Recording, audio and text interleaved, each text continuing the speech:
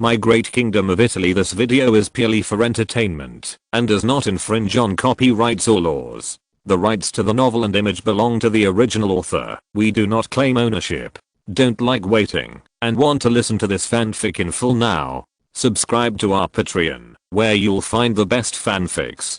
Chapter 451, Italian-Japanese procurement contract. In fact, for Foreign Minister Aoki Shuzo, what can be achieved in negotiations with the Italians?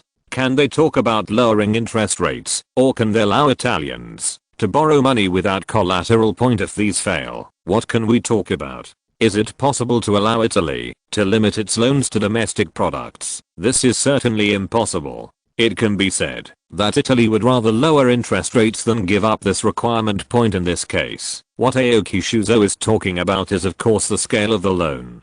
Can 200 million lire be the same as 300 million lire? Since it's different, doesn't it need to be discussed? So Aoki Shuzo instructed the ambassador to Italy Teppo Yasawa and the Italian foreign minister Boccona to discuss how much to borrow. For Teppo Yasawa, Japan's ambassador to Italy, he would of course go all out to negotiate with Italy on this issue.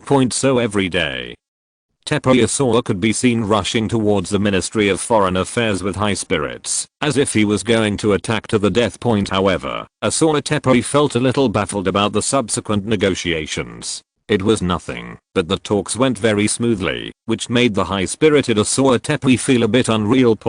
But if you want to be untrue, then if you propose that you want to modify interest rates or no longer limit your purchases to Italian goods, you will immediately be slapped hard by reality. Italian Foreign Minister Boccona, who was negotiating with him, told him directly that the two were non-negotiable. If it doesn't feel right, you can terminate the negotiation. Faced with such a tough attitude from the Italians, Yasawa Teppo dared not continue to test. He could only negotiate within the framework set by the Italians. After all, this matter is more beneficial to Japan, so how can we not talk about it? This extremely difficult negotiation took half a month to basically reach an agreement. Italy provided Japan with a loan of 300 million lire, and Japan used salt taxes as collateral. The loan interest rate is 1 cent, and it is repaid in 10 years. Japan needs to repay at least 50 million lire of principal and interest every year, which is quite high. But Japan is very willing to borrow this loan, because it can ensure that the Italians will not interfere in the Far East. Wrong. To be precise, in the exact words of Italian Foreign Minister Boccona, our country will not interfere in the dispute between your country and Russia, no matter what method you use to resolve it. But if the dispute occurs within Sanhedrin, then it is related to Italy's interests, and Italy will definitely intervene. That's right. Italy made it clear directly that the battle between Japan and Russia can only be guaranteed in the northeast region, and will intervene if it exceeds the limit. In fact, this is not just Italy, but also the British Empire, the boss behind it. Of course, the British Empire dared to give a guarantee because it relied on its own strength, but Italy's guarantee was a bit opportunistic because Italy knew that the Russians would not enter Sanhedrin. Well, in any case, the loan agreement reached between the two countries is unanimously supported by both countries. Of course, Italians are also very resourceful. The money is already in place and placed in an Italian bank designated by the Japanese government. It can be used and withdrawn at any time, which is quite satisfactory. One more thing needs to be said here. The Italian government has already made money from this loan to Japan. First of all, this loan with interest of up to 1 penny has attracted the covetousness of domestic banks in Italy. 10% interest rate. Where can I find such a high interest rate? Of course, it is impossible for the government to let banks make money away directly offering an interest rate of 5%. Banks also went crazy. You must know that this kind of loan between countries has a very high repayment ability. It is an absolutely high quality loan and there is basically no possibility of defaulting on the loan. Spain, take 2 steps. This is a business that is sure to make money without losing money. For banks, this is their favorite business. After some competition, 4 banks, including the Bank of Florence and the Bank of Savoy, obtained the qualifications to lend to Japan. Can I get a loan at this time? Don't be busy yet, because there is still one more step, and that is the issue of material procurement. Because this loan from Japan can only be used to purchase goods in Italy, this money is also a small supplement for Italian industry, especially for the military shipbuilding industry. Japan will definitely spend 70% of its loan amount in their industry. The reason is very simple. Since we are preparing for war, there is no reason not to buy guns, artillery, and ammunition. Moreover, Japan is here to buy ships this time. It is reasonable to have money to add a few other warships at this time. So after the money was deposited into the designated trading account, the purchasing army from Japan also arrived in Italy. For this loan of up to 120 million yen, the Japanese government is also vigorously promoting procurement plans in various industries from mining, metallurgy, transportation, electric power, textile and other industries. Japan has spent a lot of money purchasing equipment and technology. Of course, these civilian facilities and equipment have a significant role in promoting the growth of Japan's national power, inexpensive compared with civilian purchases. Japan's large-scale purchases in Italy using loans are more reflected in the military. For example, in terms of artillery, Japan has a deep understanding of the power of the god of war, so it purchased more than 400 cannons of various types in Italy, and of course also introduced many technical drawings of artillery. In addition, a lot of guns are also purchased, especially the Italian Carcano rifle, which is favored by the Japanese. They believe that this Italian rifle is better than their latest 30-year-old rifle, so I hope to obtain the technology of Carcano rifle and improve my own rifle. Faced with Japan's request, Italy certainly would not refuse and propose that if Japan purchased 50,000 rifles, it would give away all the drawings of the rifle. Yes. Although the Carcano rifle has been finalized for more than 10 years, the Army's improvement requirements for this rifle have not been lowered over the years. Therefore, this year, the Army is preparing to propose a plan to improve the rifle. Therefore, Japan is not afraid of giving the Carcano rifle drawings, and the latest model is being designed. In addition to rifles, Japan has also purchased some of the currently popular Maxim heavy machine guns. However, given the extremely high rate of fire of the Maxim, it is not particularly popular with the Japanese army, which likes to save ammunition with one shot. Of course, army equipment and so on are all clouds. For the navy, Italian battleships were well known and were the most beneficial complement to the Japanese navy if loans were available. In view of this, the Japanese navy will certainly not be polite.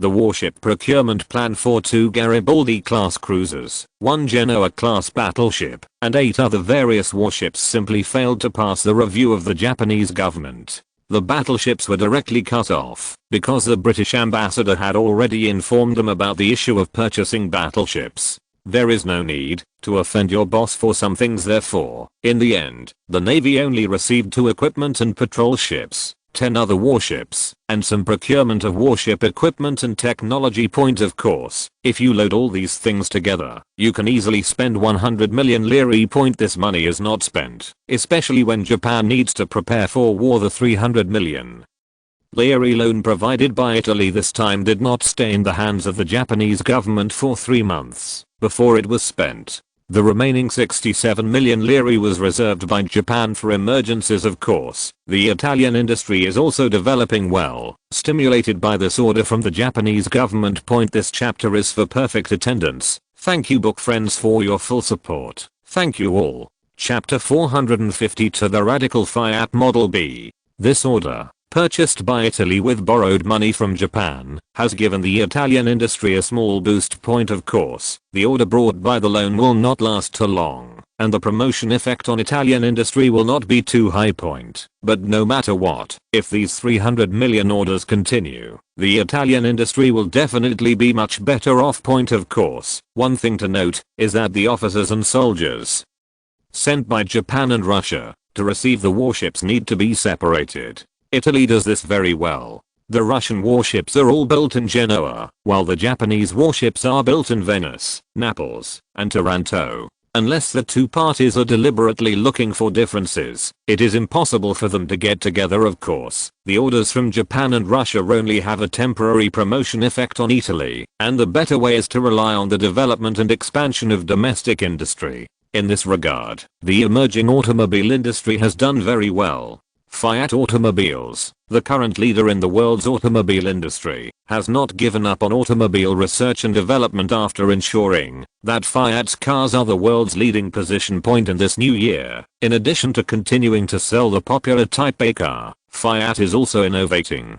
Based on the Type A car, it has come up with the Type B car plan. Compared with a crude A-type car, the B-type car is much better, at least it doesn't look so crude. Moreover, the B-type car also uses a large number of new technologies, such as vanadium steel, electronic lighters and many other new technologies. Among so many new technologies, the most noteworthy is the electronic lighter, which is also the biggest selling point of the B-type car. The pioneer of this technology was American Fabio Henry, the first president of the American Academy of Sciences. He invented many good things. For example, the relay and the telegraph machine was invented by this big man. Point of course, since it is a pioneer, this shows that it is not practical enough, and Fiat has jointly developed a practical electronic lighter with the Mirino Electric Power Research Institute. The reason why I think this electronic lighter is the most noteworthy new technology is because the heavy hand crank is too dangerous. According to Fiat automobile statistics, there were as many as 106 accidents caused by hand crank ignition last year. Most of these accidents were minor accidents causing minor injuries, but this was enough for Fiat to take it seriously. After all, the cars they sell are vehicles, and they don't want their customers to be hurt by starting their cars. And every injury caused by a Fiat car is widely reported, and it's easy to see why. However, in the face of such a situation, Fiat used the media to defend itself, while naturally developing new technologies to improve certain shortcomings. The electronic lighter was born in this environment. From the day it was born, Fiat executives headed by Giovanni Agnelli had high hopes for it, because this simplifies the difficulty of starting the car, which originally took a long time to start, now only requires a slight twist. Such a convenient way makes car driving safer, easier and more convenient, and is especially favored by a large number of new consumer groups including women. In addition, in order to make women interested in the B-type car, Fiat designed its appearance to be softer. Compared with the large number of right-angled A-type cars, it looks a lot better. Of course, its price is definitely much higher than that of Type A compared with Type A, which costs 3,400 lire. Type B's price reaches 4,400 lire, which is 1,000 lire higher, even though the price is 1,000 lire higher. Fiat is still confident. On the one hand, this model is very good.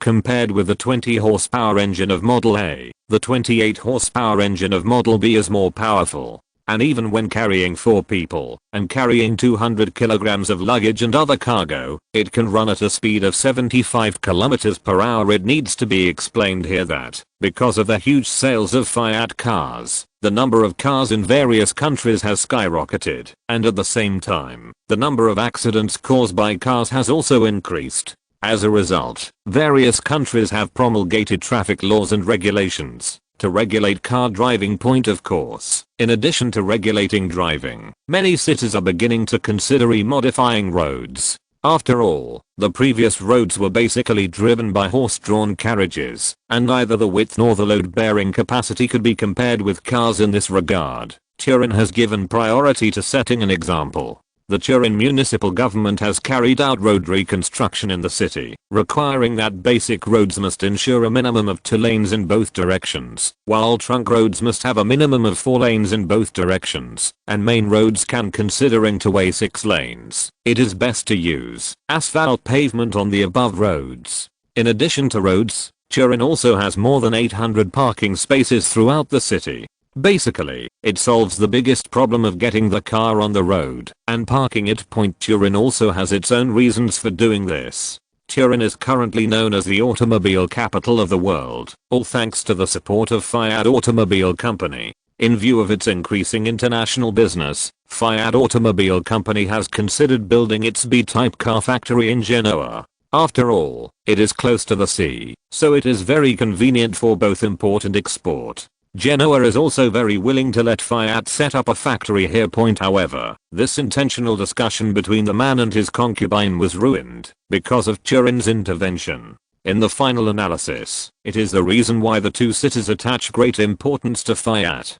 Genoa itself has a large number of companies, so it would be best for Fiat to come. If not, it would be a pity point as for Turin. Apart from the Turin military factory, Turin, which was originally the capital of the Savoy dynasty, is actually not very good in other industries, but chocolate production is good, so Fiat is much more important to Turin. So in the end, Fiat still chose to put its B-type car factory into production in Turin.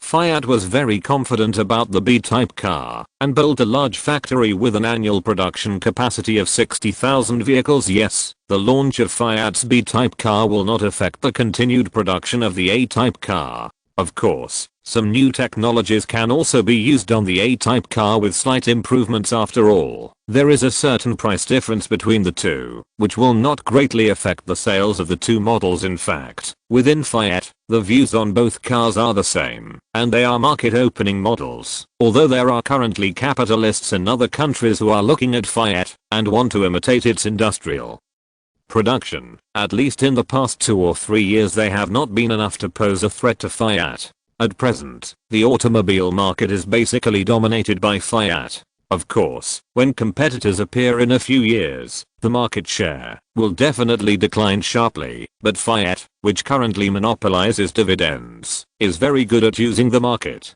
to expand its scale. After all, cars require many things, including steel, wood, leather, rubber, paint, etc. So the production of cars really has a huge development effect on the Italian industry. Chapter 453 Angry Boccona. It's not news that the Fiat B-type car is selling like hotcakes, but it's news when it's selling so well that it causes fights. That's right. There was a dispute in the United States over the purchase of a B-type car, and news of a fight between two groups of customers appeared in the newspapers. This can be regarded as adding fuel to the already hot B-type car market.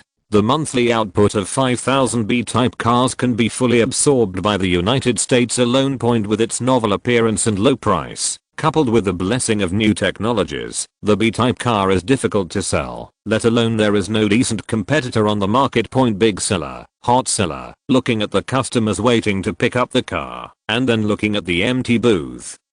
He can only do two things. One is to appease the customers, and the other is to send a reminder telegram to Fiat, asking them to hurry up and deliver the cute car. The B-type cars were delivered, and these customers were impatient to wait. That's right, Fiat's telegram mailroom has been filled with urging telegrams from dealers in various countries. There is nothing to say next. Fiat's new factory must continue to be built. Orders are even more fierce than those for the Type A car. Fiat has already considered whether to directly discontinue the production of the Type A car and transform it into the Type B car. The reason why Fiat executives consider this is that it will take at least half a year for the new factory to be put into production, and the current accumulation of orders for B-type cars has pushed the production time to next year. As for the Model A, the current production capacity is 6,000 units per month. Although there are still orders, based on the declining number of orders, Fiat feels that this car may only have a production life of 2 or 3 years in the final analysis. This is because Fiat underestimated the popularity of the B-type car. With such an excellent combination of price, performance, and appearance, the price difference of the B-type car is only 1,000 lire, which is not a problem for many customers. Well, this B-type car is backward compatible with the A-type car market, which is something Fiat executives did not consider. Of course, what they have considered is the profit of the B-type car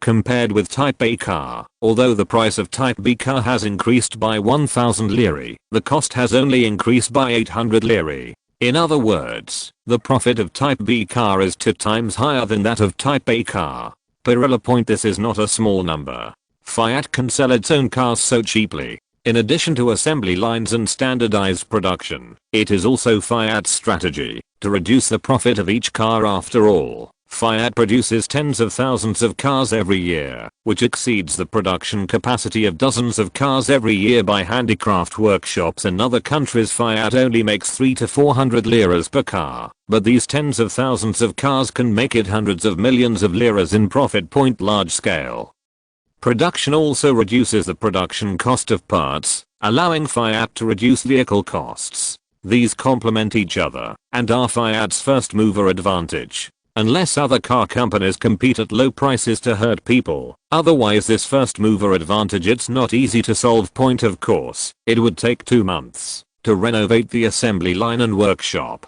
after discontinuing the Model A car, which is indeed faster than directly building a new factory point. But Fiat is a little hesitant about this. After all, discontinuing the Model A directly has certain risks. No matter what Fiat decides, the backlog of orders for the B model must be resolved. After some thought, Giovanni Agnelli finally made the decision to stop the production of Type A cars and invest all resources into the production of Type B cars, striving to increase Fiat's monthly production of Type B cars by 10,000 more than 5,000 vehicles. Yes, for Fiat, the only motivation now is to challenge itself. The key is to release its own automobile production capacity and seize the market first. Point. While Fiat was developing its ambitions, Carlo, who was far away in Rome, also encountered a troublesome thing. Your Majesty, I don't know what the people of the King dynasty think, but this declaration of war simply challenges my many years of diplomatic experience.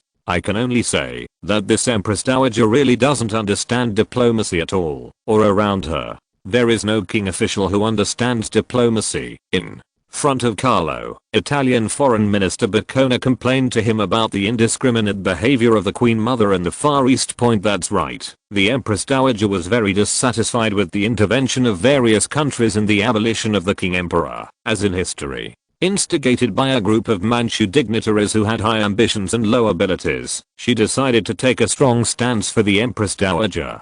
But having said that, you can be tough, as long as you are tough. What does it mean to let those who practice boxing until their brains are damaged enter the capital and Shenzhen? I really think that magical body protection is invulnerable. Point. In addition, the declaration of war issued by Sixi was even more of a big trap. Because this declaration of war did not clearly explain the objects of the war, but used a slightly contemptuous word. In fact, before the Queen Mother declared war, Italy worked hard to play the role of mediator among various countries. He traveled around various countries in the King dynasty, working hard so that the two sides could sit down and talk.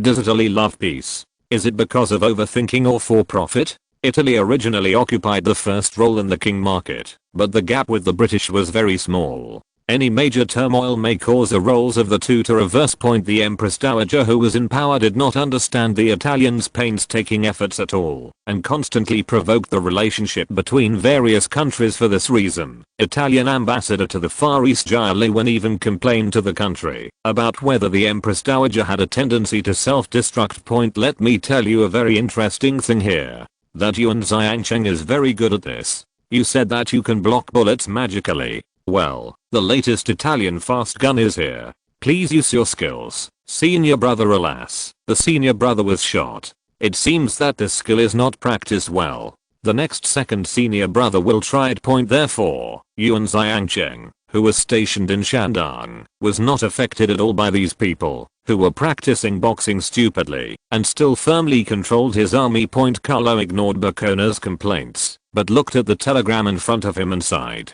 Now the Kaiser is angry. Carlo was talking about the unlucky child, the German minister Clint, when he left Anzhou Mengxiang and went to the Prime Minister's office of the King government to negotiate the evacuation of the envoys. He happened to encounter the officers and soldiers of the Hushan camp patrolled by Duanjin Wang's AIE on the way.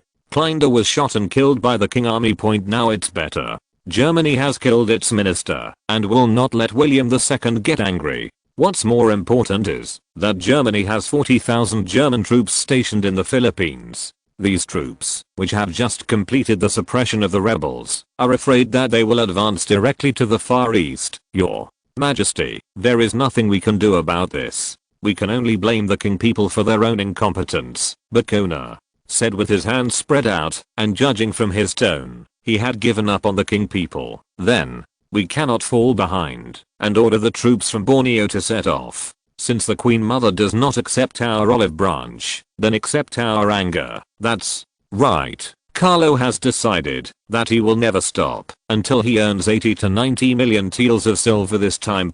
Even if it damages the relationship between the two countries and reduces Italy's market share, there is nothing to fear. Chapter 454 New 305mm Naval Gun. The Naval Artillery Factory in Taranto, Italy, is the main R/U0026D and manufacturing unit of Italian heavy artillery. Most of the artillery installed on the Italian Navy warships were developed and manufactured at the factory. For example, the now world-famous Italian 10-inch rapid-fire naval gun is a masterpiece of this factory. Therefore, as the only heavy artillery development factory in Italy, the Naval Artillery Factory has also become the main Italian developer of heavy artillery jointly developed by the three countries as a current priority project for joint development among the three countries. The development of the 305mm heavy artillery is also the responsibility of the Naval Artillery Factory. And today is a big day for the Naval Artillery Factory. After arduous research work, the 305mm 45x caliber heavy artillery was finally successfully developed. A brand new and powerful cannon appeared in front of everyone. Your Excellency, Admiral, this is a new 305mm 45x naval gun jointly developed by our Naval Artillery Factory and the Naval New Technology Research Institute, together with Germany's Krupp and Austria-Hungary's Skoda, led by Admiral Yaji, Minister of the Navy. A group of naval officers were looking at the giant cannon in front of them. As the technical director of the Naval Artillery Factory, and also the person in charge of the Italian side of the new 305mm 45x gun, Lieutenant Colonel Guillermo Bielsa was introducing to everyone the masterpiece he developed together with his German and Austrian counterparts. The gun has a total weight of 61 tons, a total length of 14.57 meters, a barrel length of 13.72 meters. 45 times the diameter, an interrupted spiral bolt, a projectile weight of 389 kilograms, and a maximum range of 21,700 meters. Director Bielsa, when he briefly introduced the data of this artillery, all the officers present were writing in their notebooks with pens. It is normal to write down the data of this artillery. After all, it is a great masterpiece. Yes, it is a masterpiece, and Bielsa is about to let them know what is so great about this artillery. We use the latest technology in the manufacture of this gun, and its muzzle velocity can reach 823 meters per second. In addition, the gun can fire 4 kinds of shells, among which when using capped armor-piercing shells, it can penetrate 457 meters at a distance of 3000 millimeters of armor. It can penetrate 381 millimeters of armor at a distance of 7000 meters, and it can penetrate 337 millimeters of armor at a distance of 12,000 meters. As soon as Director Bielsa introduced the armor-piercing capability of the gun, all the officers present took a breath. Because everyone is knowledgeable, of course they know the superiority of this artillery's armor-piercing ability. Although this data is definitely laboratory data, it would be good to have 80% data in actual combat, but it still shows its strong armor-piercing ability. What kind of armor are you testing on? An officer immediately started asking questions. Carburized, case-hardened nickel alloy steel. Facing the officer's inquiry, Bielsa immediately said the name of the experimental armor steel. Well, this is Harvey Steel Point. Although it does not use the latest carburized and surface-hardened nickel chromium alloy steel, it is still so good that some warship designers frown. Because general warships need to be equipped with armor that can protect their own artillery. Then according to the power of this new 305mm 45-fold heavy gun, the new warships using Krupp armor steel need to reach a maximum armor thickness of 365 millimeters, which is not possible at all. It's possible.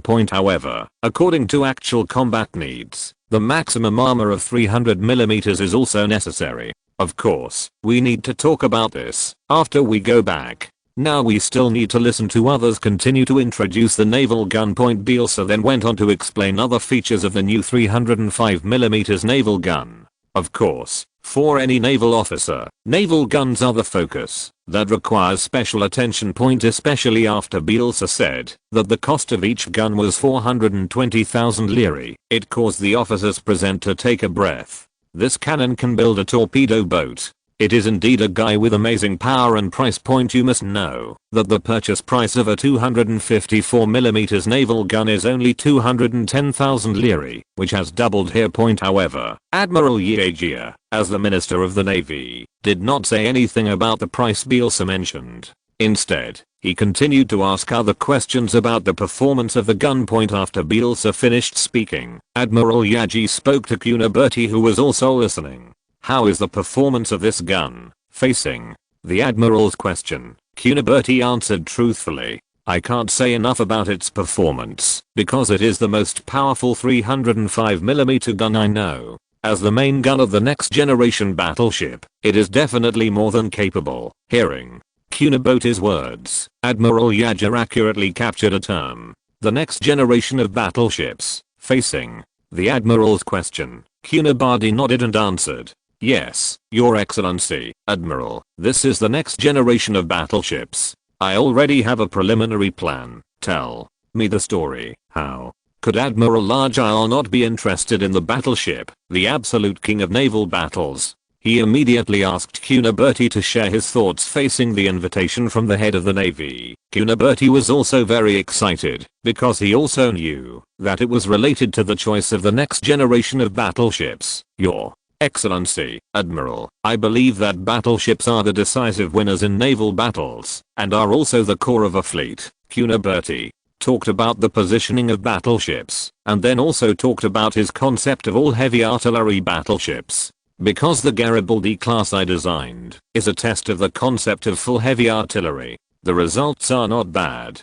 Under the coordination of the Unified Firing Director, its performance on the battlefield is compared to other types of warships, regardless of whether it is a hit in terms of efficiency and projection. They are much better. So after the new main gun comes out, I think we can start the development of the next generation battleship. As for Cuniberti, if it were another person, Yaji would definitely turn around and leave. Who do you think you are? You said that the next generation of battleships will be developed right away. Without discussion or consultation, the development of this battleship started, but this one is called Vittorio Cuniberti. That's another story. Do you have any ideas? Yes. Upon hearing Admiral Yaja's words, Cuniberti took out a thick notebook, which he seemed to read frequently. In addition, the sharp-eyed Navy Minister also discovered that on the cover was written new. There are several characters in the battleship design of the era. Well, it seems that this man is so confident that he has named it a new era battleship. But later, after Cuniberti stated his design requirements for the battleship, he realized that it was truly worthy of the name. First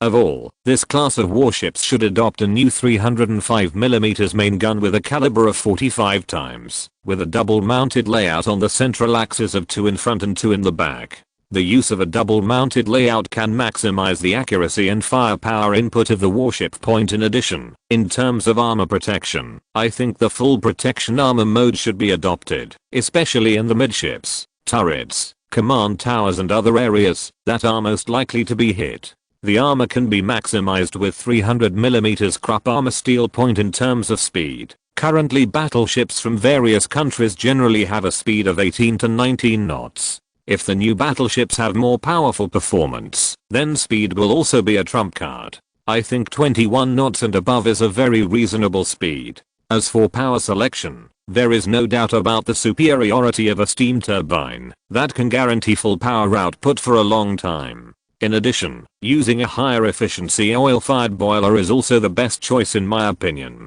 According to Cuniberti, new artillery, steam turbines, oil boilers and other new equipment will all appear in his next generation battleship. This made Admiral Yaji feel very happy. Of course, he did not forget the side effects of the new technology. Cuniberti, I heard you say that a lot of the equipment here is brand new. The Navy must carefully consider the reliability of these equipment. Cuniberti was already prepared for Yaja's words, because he also knew that too many new technologies would bring doubts to the Navy. So he replied, Your Excellency, actually, I think there is one possible way is to build a new battleship first, and let's test its performance first. Well, according to Cuniberti, this new battleship has been decided, and he has not considered the funding issue at all. Let me think about it. Yaji dare not agree now. Although the Navy still has a sum of money, it cannot be used casually and needs to be carefully considered. Admiral, I have calculated that this new battleship only costs about 40 million lire, as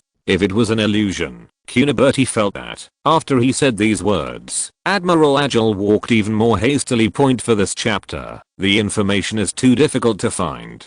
Chapter 455, the first step of social security. Although Cuniberti's new battleship plan has not yet been approved by Admiral Yaggi, it has at least been reflected in his mind. By then, the new battleship indicators may also be closer to this. This is just a small trick that Cuniberti wouldn't normally use. If he wasn't a little obsessed with new battleships, he wouldn't do it. Point: as the king, Carlo did not know the news about the successful development of the 305mm naval gun. Point: because there were more important things that caught his attention. This is the workers' medical insurance regulations established by your government. Carlo put down the thick document in his hand and asked Prime Minister Antonio, "Yes, Your Majesty, this is a bill that we are preparing to implement by referring to the social security regulations of our German counterparts and then taking into account the national conditions." Prime Minister Antonio talked about the basic situation of the bill.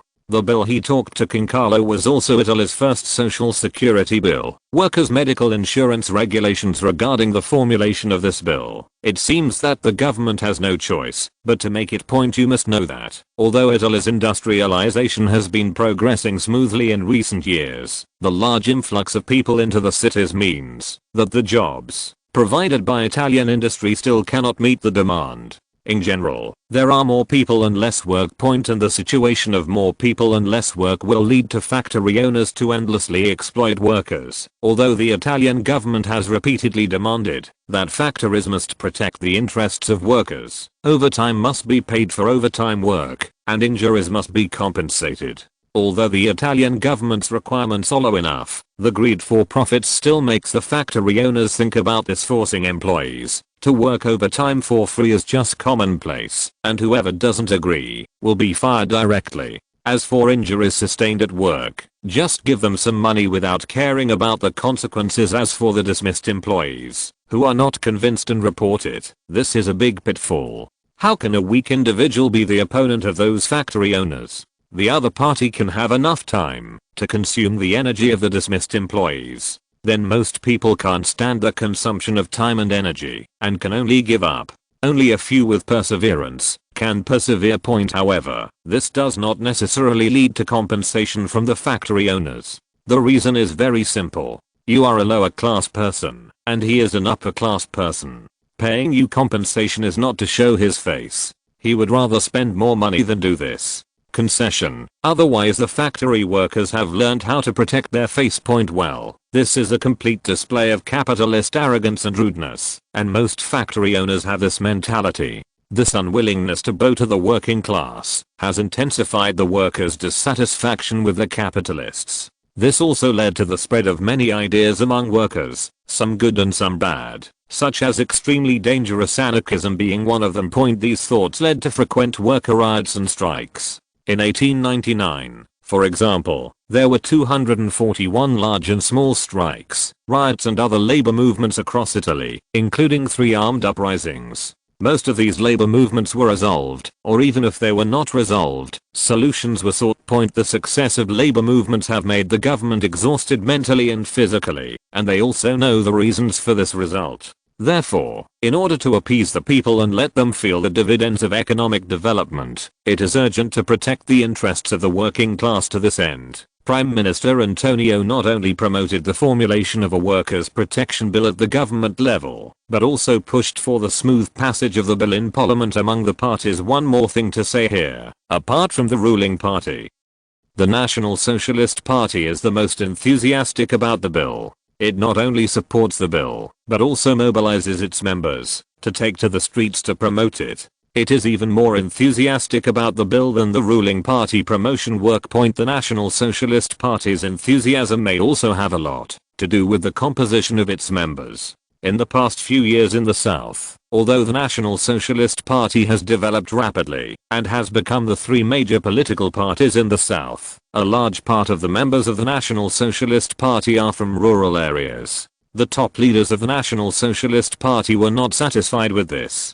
If they wanted to achieve a breakthrough in the cities, the working class would become one of their targets, and of course the petty bourgeoisie would not be spared either. With the strong promotion of the government and the National Socialist Party, the first Social Security Bill, the Workers' Medical Insurance Ordinance, was quickly passed in the Parliament. Although some people are unwilling to give in, and say that this bill will increase the burden on factory owners, which will cause Italian products to lack competitiveness abroad, etc. These remarks are not enough to attract the attention of others, although it makes capitalists very happy. Not satisfied, but unfortunately he is not in charge of the current government. Will the government take any action next? Carlo quickly signed the bill and asked the Prime Minister about the government's next actions from the perspective of future generations. Carlo's workers' medical insurance regulations are very crude and ridiculous. For example, in terms of the payment ratio for medical insurance, factories only pay 30% and individuals have to pay 70%. In addition, several loopholes can be found in payment and other aspects, but at least one thing is good, that is, Italy's social security system has been confirmed. It doesn't matter if there are loopholes in bills and regulations, we just need to find and fix them. Your Majesty, the government will next set up a special labor and social security department to be responsible for supervising the implementation of this bill. The Prime Minister's words imply a lot of things. For example, first of all, the bill will be supervised by a special department. Of course, this also shows that the bill on workers' medical insurance regulations is only the first step. There will definitely be other labor security related things next. The bill must be implemented, otherwise things in this new department would be too simple, and pensions for the elderly would be about the same. Carlo was of course very satisfied with the Prime Minister's words, but he still had a little doubt. Has your government considered how much money is needed to promote social security? If there is any consideration, our government has joined forces with Generali Insurance Company, National Insurance Company of Italy and Banco San Paolo in Turin to jointly implement this regulation. That's right. How can this be used just by the promotion of government departments? Professionals still need to understand insurance better, and the government is responsible for supervision. Of course, you can rely solely on insurance companies to promote it, but don't forget that they are profit-making institutions, so government supervision is essential in this regard. As for Carlo, he doesn't know whether the social security system that the Prime Minister talks about as being business-oriented and supervised by the government can work. But no matter what, it's better to do it than not do it. Although Italy's finances are not tight, some things must be done. Chapter 456, Clouds from all sides. Social security is very important and of far-reaching significance to Italy, but currently what is more important to Italy is the current international situation. First, in South Africa, the British Empire could finally proudly declare that it had conquered the Boers on January 10, 1900. Roberts, Commander-in-Chief of the South African Expeditionary Force, and Kitchener, Chief of Staff, arrived in Cape Town. They brought with them the native 7th Army, reinforcement from Australia, New Zealand and Canada, and 3 cavalry units in India and Ceylon. By the end of January 1900, the number of British troops on the South African battlefield increased to 190,000. And by March it increased to 250,000, giving them an absolute advantage. In addition, thousands of military horses were shipped to South Africa from Britain and Australia, increasing the mobility of the British Army. Yes, the disastrous defeat some time ago made the British Empire furious. Lord Roberts, who took office, also changed his strategy after a battlefield survey, and moved the main attack direction from Natal West to the Orange area, where the troops were weaker in the middle. At the same time, he changed the rigid frontal attack tactics and adopted a roundabout strategy. On the Western Front, the British Army defeated the militia group commanded by Pete Croney, the most ferocious black general of the Clothier Army, and liberated Kimberley, which had been besieged for several months. On February 27, the British Army on the Eastern Front launched an offensive on February 28, defeated the Boers at Dordrecht on March 5, and was finally able to relieve the siege of Ladysmith Point. After eliminating the strongest Cronch threat to the left wing, Roberts turned the main attack force back to Orange and steadily advanced northward Point, having learned the lessons of the failure in the first stage. The British Army changed their tactics. When ambushed by the Cloth Army, the infantry troops no longer maintained their formation, but dug trenches nearby to cover the cavalry's roundabout attack on the Cloth Army's positions. Under this tactic, the Cloth Army's blockades in Poplar Grove, Abraham's Cattle Pen and other places failed one after another. On March 20th, the British 6th and 7th Divisions defeated the most well-equipped Johannesburg police force of the British Army at Abraham Cattlefield Point on March 22nd. Matthias Stein, President of the Orange Free State, led government and parliamentary officials to escape from the capital Bloemfontein and fled to Kronstadt in the North Point on the afternoon of March 23rd. The British Army entered Bloemfontein Point in late March. Typhoid fever became prevalent among the British troops. Roberts had to order rest on the spot, and the British offensive was interrupted. On April 2nd, the commander-in-chief of the Cloth Army, Joubert, fell off his horse again and was seriously injured during the battle at Willow Farm. He died on April 3rd. According to his wishes, Louis Botha, who was good at guerrilla warfare, succeeded him as commander-in-chief of the Boerfield forces when good news came from all fronts of the British Army. A large number of British reinforcement arrived in South Africa. Yes, the lion fights the rabbit with all its strength, and the British Empire is determined to show off its army. Although the previous battles have exposed its army's true colors, since there are reinforcement, there is no reason not to use them. After the adjustment of military strength, the British Empire Army has undergone changes in the main direction of attack. Roberts had 8 infantry divisions, 3rd, 6th, 7th, 8th, 9th, 10th, 11th Colonial Divisions, and the 12th Cavalry Division. Roberts took the main force and launched the offensive again in mid-May. On May 29, Roberts' army captured Kronstadt, the new capital of the Orange Free State. Points due to successive defeats, the morale of the Boers plummeted. Under Roberts' leniency, many militiamen operating behind the British lines surrendered to the British, surrendered their weapons, and returned to their farms. By mid-June, there were only more than 20,000 Boers still fighting. On June 24, 1900, Lord Milner announced in Bloemfontein that Britain would annex the Orange Free State. After the annexation of Orange, the British Army stepped up its attack on the Transvaal. On June 29. General French commanded the Australian cavalry and defeated the last defensive force at the Klip River on the southern outskirts of Johannesburg. On June 30th, President Kruger left the capital Pretoria by train. On June 31st, Roberts entered Johannesburg and entered Pretoria in the early morning of July 5. On September 1st, 1900, Roberts announced the British annexation of the Transvaal and declared the war over. On September 11th, President Kruger received authorization from the exiled Transvaal government and arrived in Lourenço Marques, the capital of Portuguese Mozambique. On October 19th, Kruger took the cruiser Gelderland sent by Queen Wilhelmina of the Netherlands and headed for Europe to seek help. By the time Roberts declared the war over, the British Empire had lost more than 13,000 people. Most of these losses were suffered by the army. Of course, in addition to the dead soldiers, the army had more than 19,000 injured and missing people. The casualties of more than 30,000 people were definitely not small for the British army. Of course, the Boers also had a difficult time. Their maximum mobilization strength of 88,000 men was reduced to only more than 31,000 men when Lord Roberts declared the end of the war. These Boers did not lay down their weapons after Roberts announced the end of the war. Instead, they began to harass the British troops gathered in the Boers' hometown. Among them, supply lines had become the top priority under attack. The British army was also unkind to the Boers' harassment. The brutal policy of heavy pressure was implemented, and the concentration camps in the Three Gwang policy were carried forward here. All the Boers who could be found were concentrated in their cattle, sheep, food and other supplies were taken away, if they could be taken away, and those that could not be taken away were destroyed. An attempt was made to cut off the Boers from their army. In addition, items such as field telephones for convenient communication, armored vehicles suitable for security warfare, and lighting were all invented during this period. Although the battle between the two parties continued, everyone knew that the Boers could not hold on for long.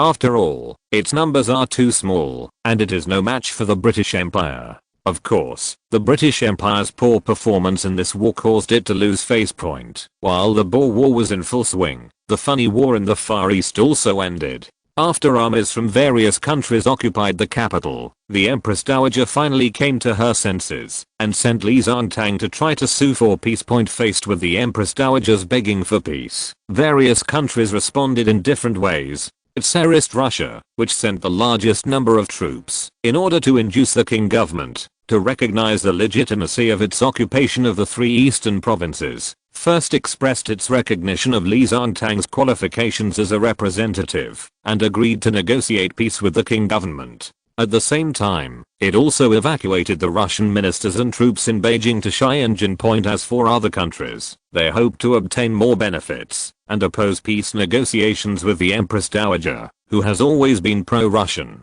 At the same time, they also refused to recognize Li Zhangtang's qualifications as a representative. As for Germany, it hated the Qing government even more because of the killing of its minister Clint, and even agreed with Britain to arrest Li Zhangtang to obstruct the Qing government's negotiations with Russia. Li Zhangtang also knew it. Someone tipped him off, so he did not dare to go north after arriving in Shanghai from Guangzhou, but he also began to make internal and external preparations for negotiations, including asking the Qing government to suppress the Boxer Rebellion and deal with the great powers. At the same time, Russia tried its best to mediate for the Qing court and urged Britain and Germany to give up their plan to arrest Li Zhangtang. On August 23, Li Zhangtang arrived in Tanggu under the protection of the Russian army and soon went to Beijing to travel among ministers from various countries. However, at this time, Germany proposed punishing the Empress Dowager Cixi, Duan Wangzai and other war culprits as a prerequisite for peace talks,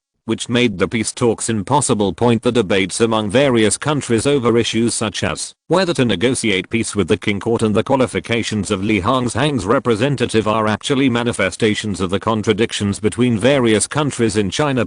Russia supported the Empress Dowager and Li Zhangtang, who were known to have pro-Russian tendencies, while Britain, Italy, Germany and other countries supported the reforming emperor. Such disputes dissatisfied Germany, which has the second largest number of troops in the 8-nation alliance.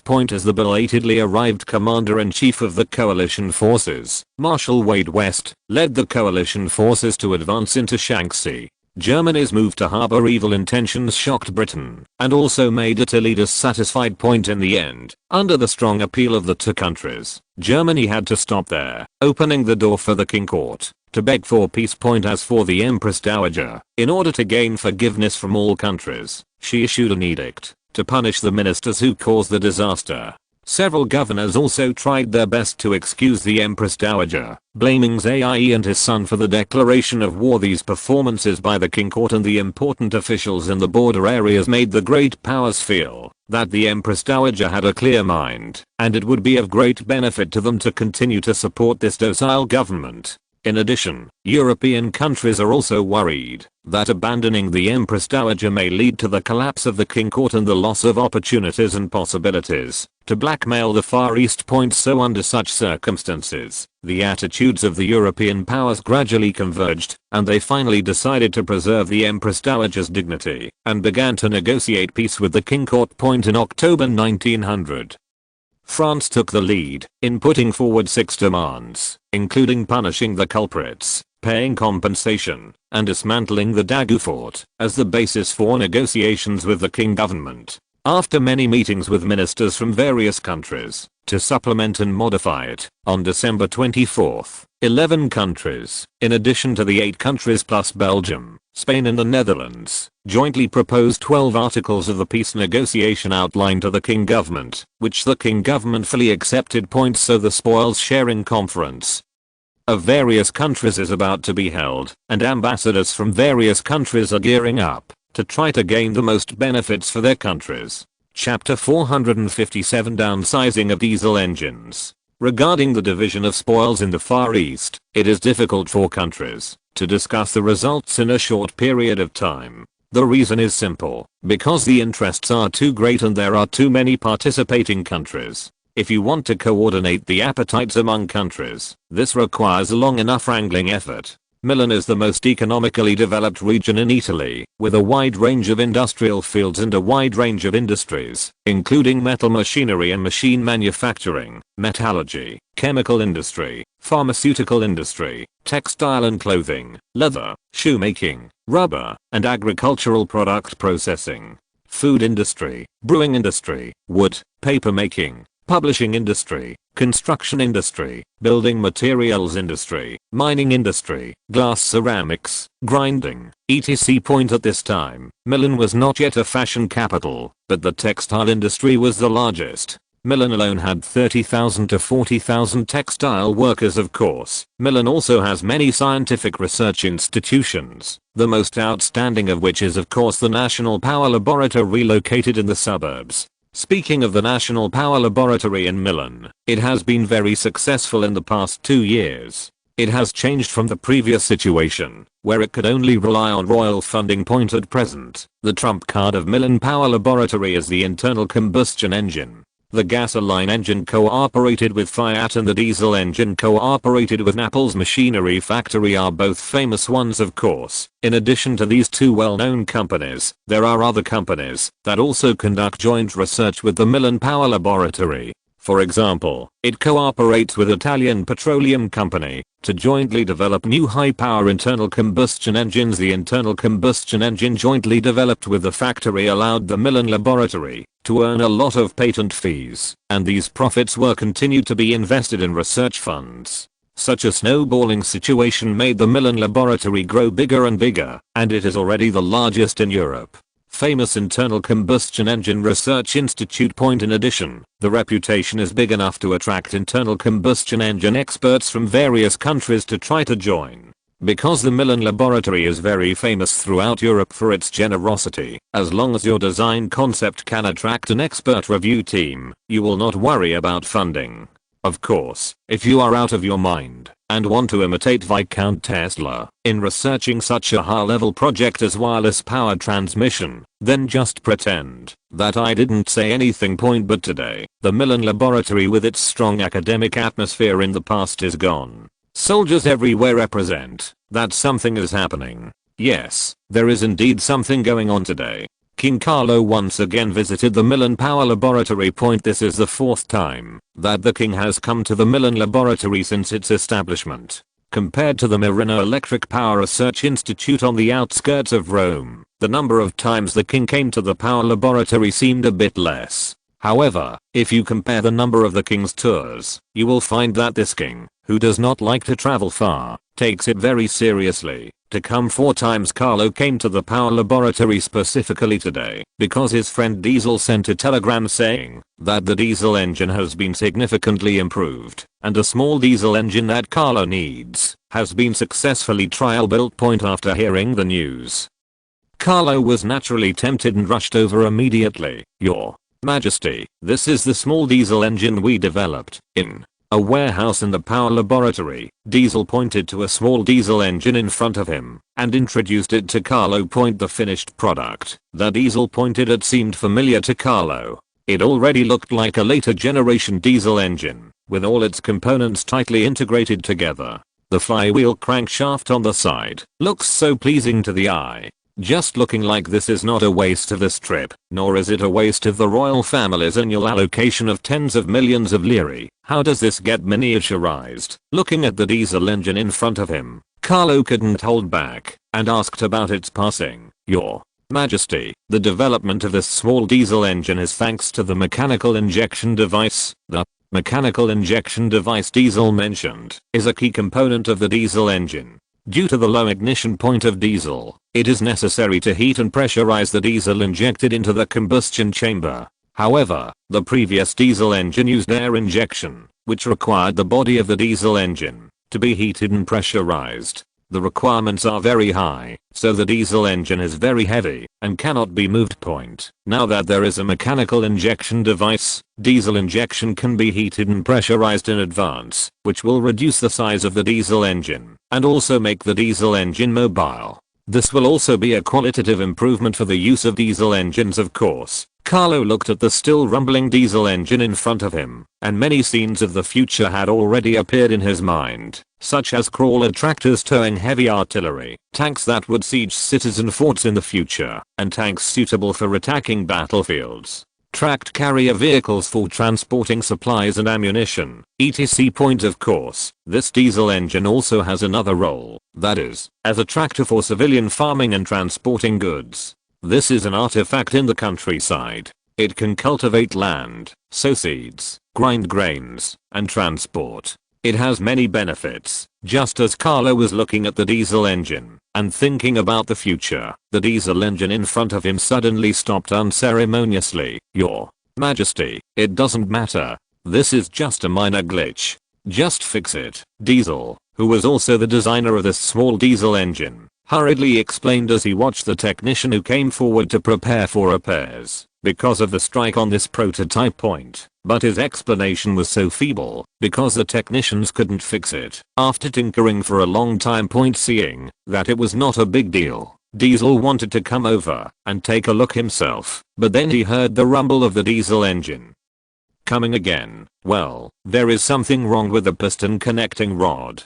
Fortunately, there are spare parts. Several technicians rushed to report the source of the problem to Diesel. "Okay, I get it." Diesel sent several technicians aside and quickly returned to Carlo. "Diesel, the use failure of small diesel engines is a big problem. You need to pay special attention to this in your research, otherwise it will greatly affect the promotion of diesel engines." Although he didn't know what the problem was, Carlo had a clear judgment about the diesel engine at this time. That is, if the diesel engine has a high fault, it will be very detrimental to the promotion. After all, no one wants a machine that is lying down every 3 days. After all, diesel engines are much more expensive than gasoline engines. Although you can make up for the low price of diesel, it will still be a troublesome thing. Although Carlo came here specifically for this small diesel engine, he definitely couldn't stay here and just watch the operation of this machine. So after observing for a while, other projects developed in the power laboratory also moved to turned around point. After some observation, Carlo saw several very good internal combustion engines and steam engines. According to Diesel's introduction, several of these developed power machines are world leading, whether in terms of power or power, in terms of reliability and even fuel consumption. It is the latest masterpiece of the Milan laboratory.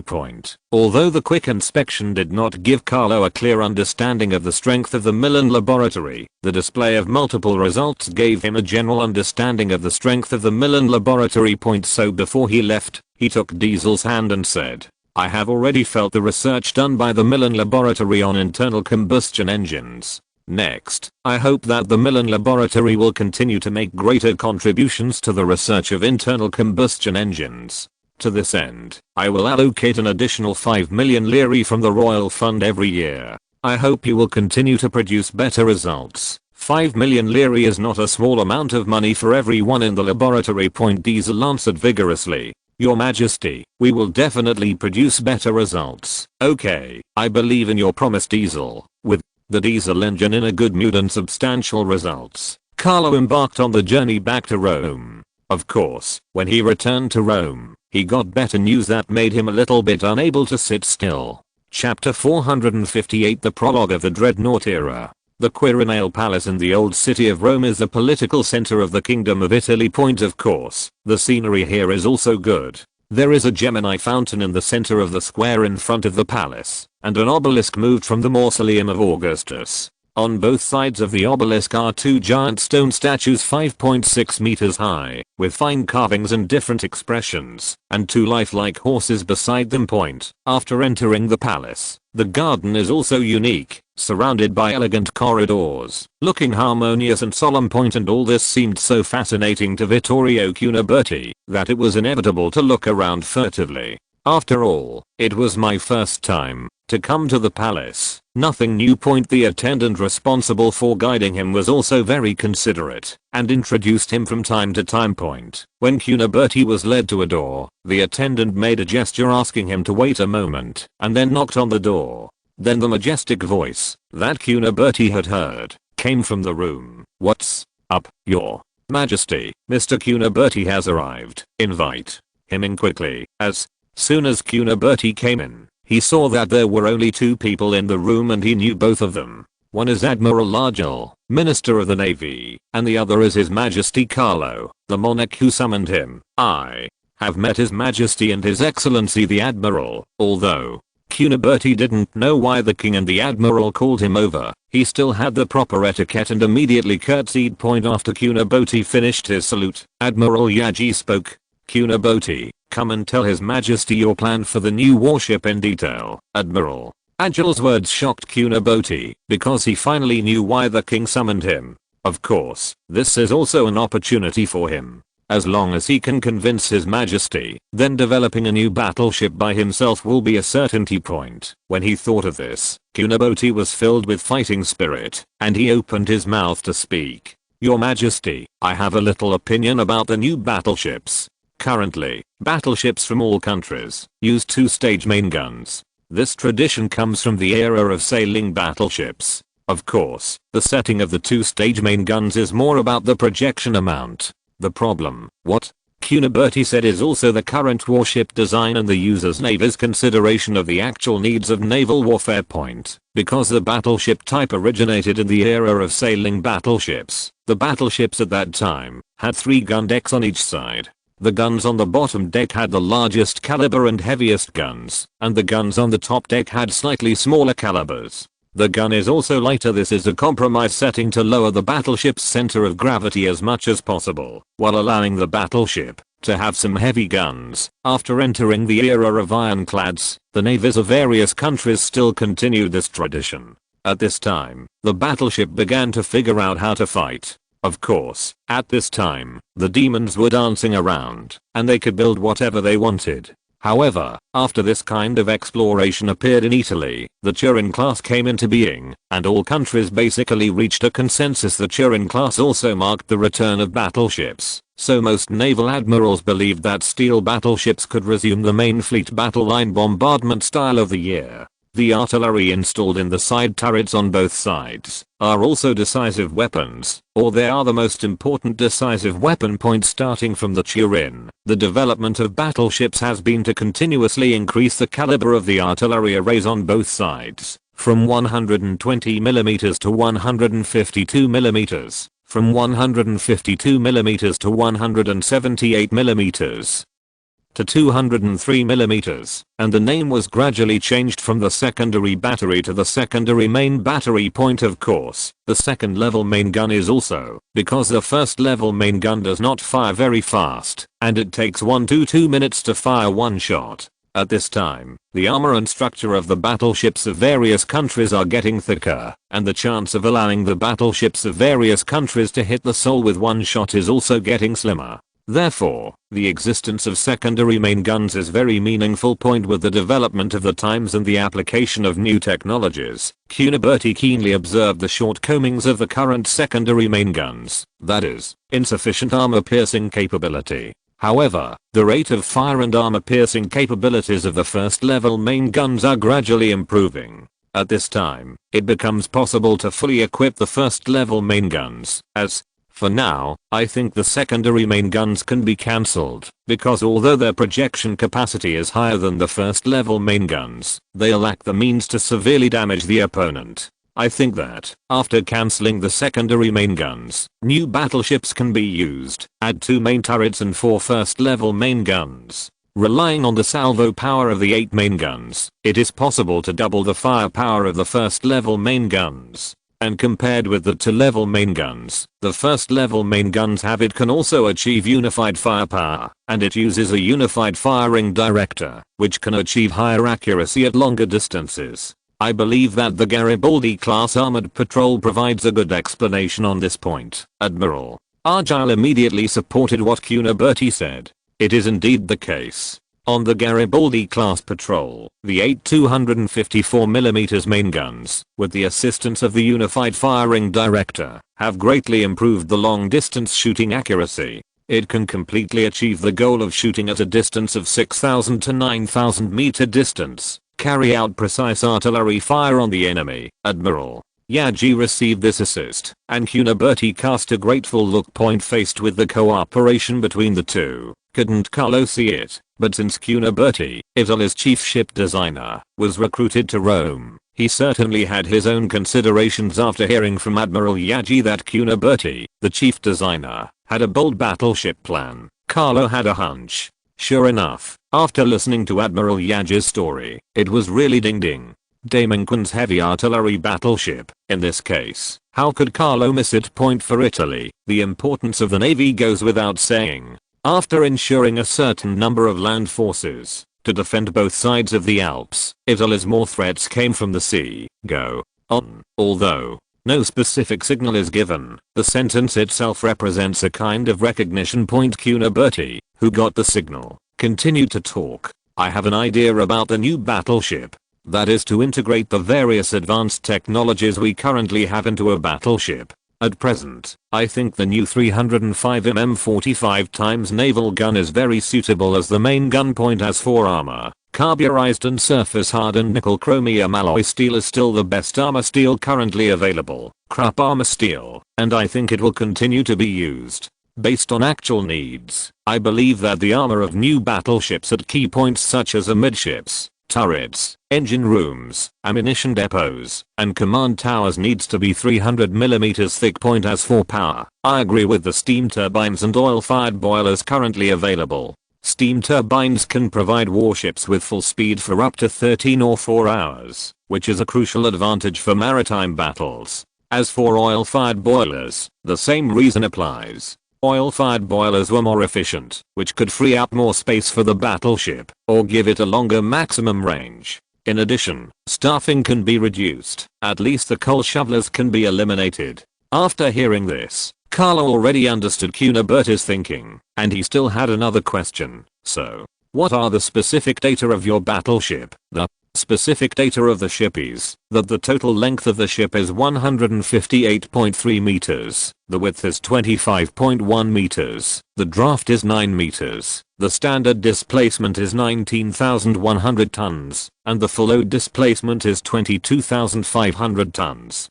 The firepower is 8 305mm 45x caliber main guns, 14 105mm single secondary artillery tube. The thickest armor is 300mm. In terms of power, the ship is equipped with 18 oil-fired boilers and 4 steam turbines with a power of 26,000 horsepower and a maximum speed of 22 knots. The endurance is 6,800 nautical miles at 10 knots or 4,500 nautical miles at 14 knots.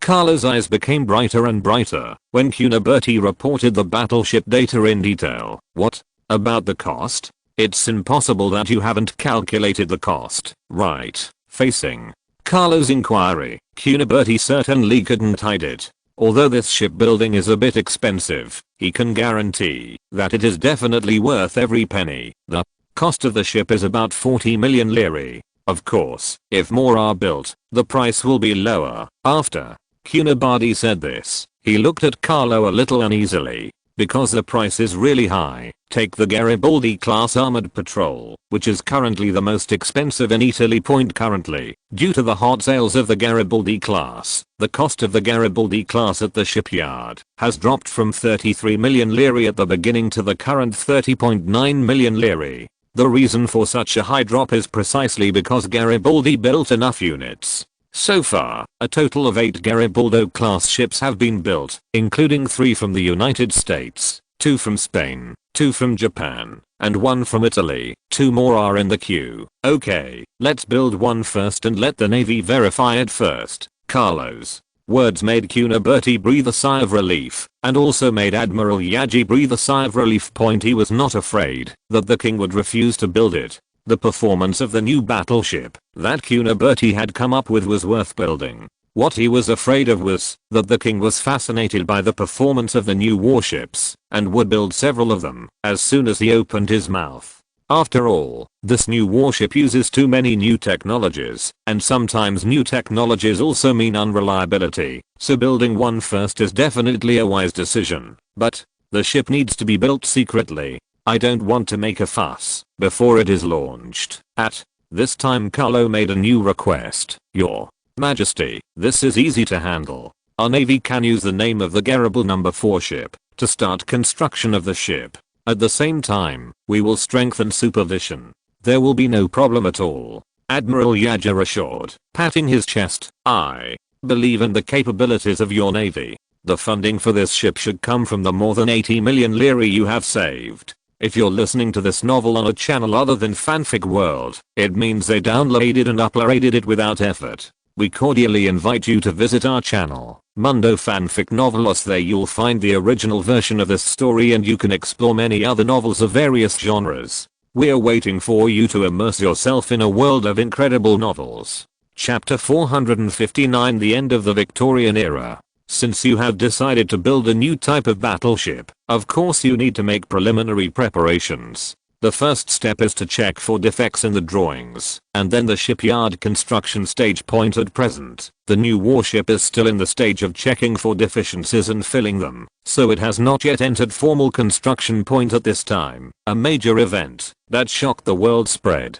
That is Alexandrina Victoria, Queen of the United Kingdom of Great Britain and Ireland and Queen of India, who ruled the British Empire for 64 years and led the British Empire to its peak. She died on January 22, 1901. The news was a shock to the whole world, but also to Italy. Then, let the Prime Minister lead the team to London. In the palace, Carlo looked at the Prime Minister and Foreign Minister in front of him and stated the specifications of Italy's diplomatic mission this time. Of course, Carlo will not take this trip to London lightly. In addition to the funeral of Queen Victoria, who is worthy of the British memory, it will also be the coronation ceremony of the new King Edward VII. This is a time when dignitaries from various countries gather together. As one of the few great powers, Italy certainly cannot be shabby. A high-level diplomatic mission must be sent, at least at the level of the Foreign Secretary, otherwise it will be deliberately contemptuous of the British Empire. Of course, at a higher level, the Prime Minister can lead the team.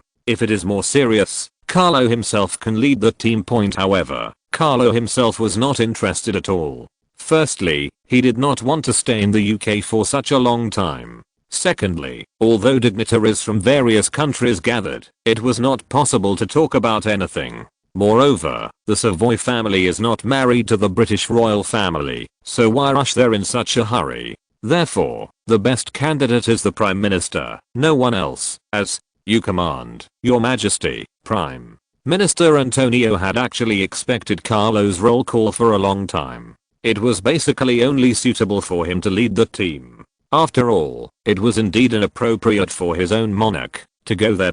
Leading a team to London to attend the funeral of the old king and the enthronement of the new king actually did not have much bearing on Italy. To be honest, the current relationship between Italy and the United Kingdom is a bit delicate. The rapid development of Italy in recent years has made the relationship between the two countries a bit delicate. The relationship between the two countries was relatively close at the beginning and gradually transformed into a normal relationship, especially after Italy won the war with the Ottomans. The diplomatic relations between the two countries declined significantly. You must know that many of Italy's weapons technologies were obtained from the British Empire at the beginning. For example, the 460mm main gun used on the Galileo-class battleship was Armstrong's masterpiece. The British helped a lot with subsequent naval guns and even power and other technologies. However, in recent years, as Italy has become more and more biased towards Germany and Austria, its relationship with Britain has gradually changed from friendly to normal relations. It has become difficult to obtain technology from the British Empire. Of course, this is also a very normal thing. The substantial increase in Italy's strength certainly made the British Empire feel that its position in the Mediterranean was threatened. By the way, what's the situation in the Far East right now? At this time Carlo suddenly asked about the Far East. For him to ask like this, it is natural that there is a new situation in the Far East. This time, all countries jointly taught the Empress Dowager a lesson, and there was no difficulty at all in combat.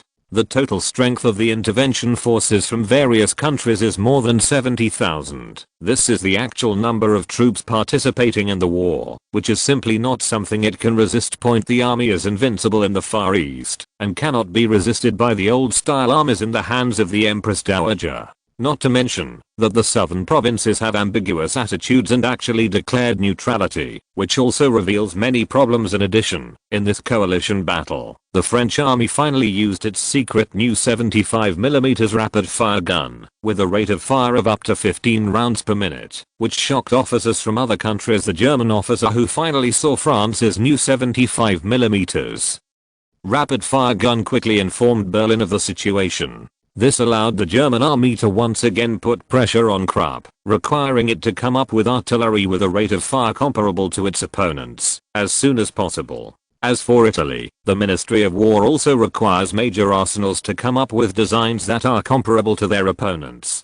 But in addition, the Ministry of War also requires countries to come up with plans for large caliber long-range artillery. At present, the issue of France's new artillery is not urgent. After all, there is still time. At present, in the Far East, the most urgent problem for all countries is a Russian problem. That's right, the Russians. In this intervention war involving various countries, the Russians were not honest at all. It only sent one division of troops to participate in the coalition, more than 13,000 people, ranking fourth in terms of the number of troops sent by various countries. Germany sent more than 24,000 troops, because of the Philippines, followed by Japan with 18,000 troops, Italy with 14,000 troops, Britain with 12,000 troops, and France with 3,500 troops. 800 people in the United States, 400 people in the Austro-Hungarian Empire. However, compared with only sending 13,000 troops to participate in the coalition, Russia sent more than 100,000 troops into the northeastern region of the Qing dynasty. In the name of punishing the Manchus, these Russian troops not only occupied various cities in the northeast, but also wiped out all local government household registrations, acres, minerals and other information. In addition, the Russian army claimed that, in order to facilitate the maintenance of local security, it also tried to dispatch officials to the local area in the name of managing the local Russian army and its own people. We are all old foxes for thousands of years, and no one knows who is who. Such an obvious move by the Russians made all countries very dissatisfied. By co-authoring our intervention in the Manchu Qing dynasty, are we working for you, the Russians? Faced with the actions of the Russians in the northeast, various countries unanimously stated that the Russian troops in the northeast must be included in the coalition forces. It is obvious that this is intended to restrain the Russian troops in the northeast. When various countries withdraw their troops, these Russian troops in the northeast will also withdraw together. As for the unanimous attitude of various countries, Russia strongly opposed it, claiming that the troops in the northeast could not be included in the coalition. Countries are currently negotiating with the Russians, and this is what Carlo asked about. Your Majesty, the Russians in the Far East have a very ambiguous attitude, but they still do not agree with the integration of the troops in the northeast into the coalition. For this reason, the attitudes of the various countries are inconsistent. The inconsistent attitudes Bacona mentioned mainly come from Germany and France, who are unwilling to express a tough attitude towards Russia. Not to mention France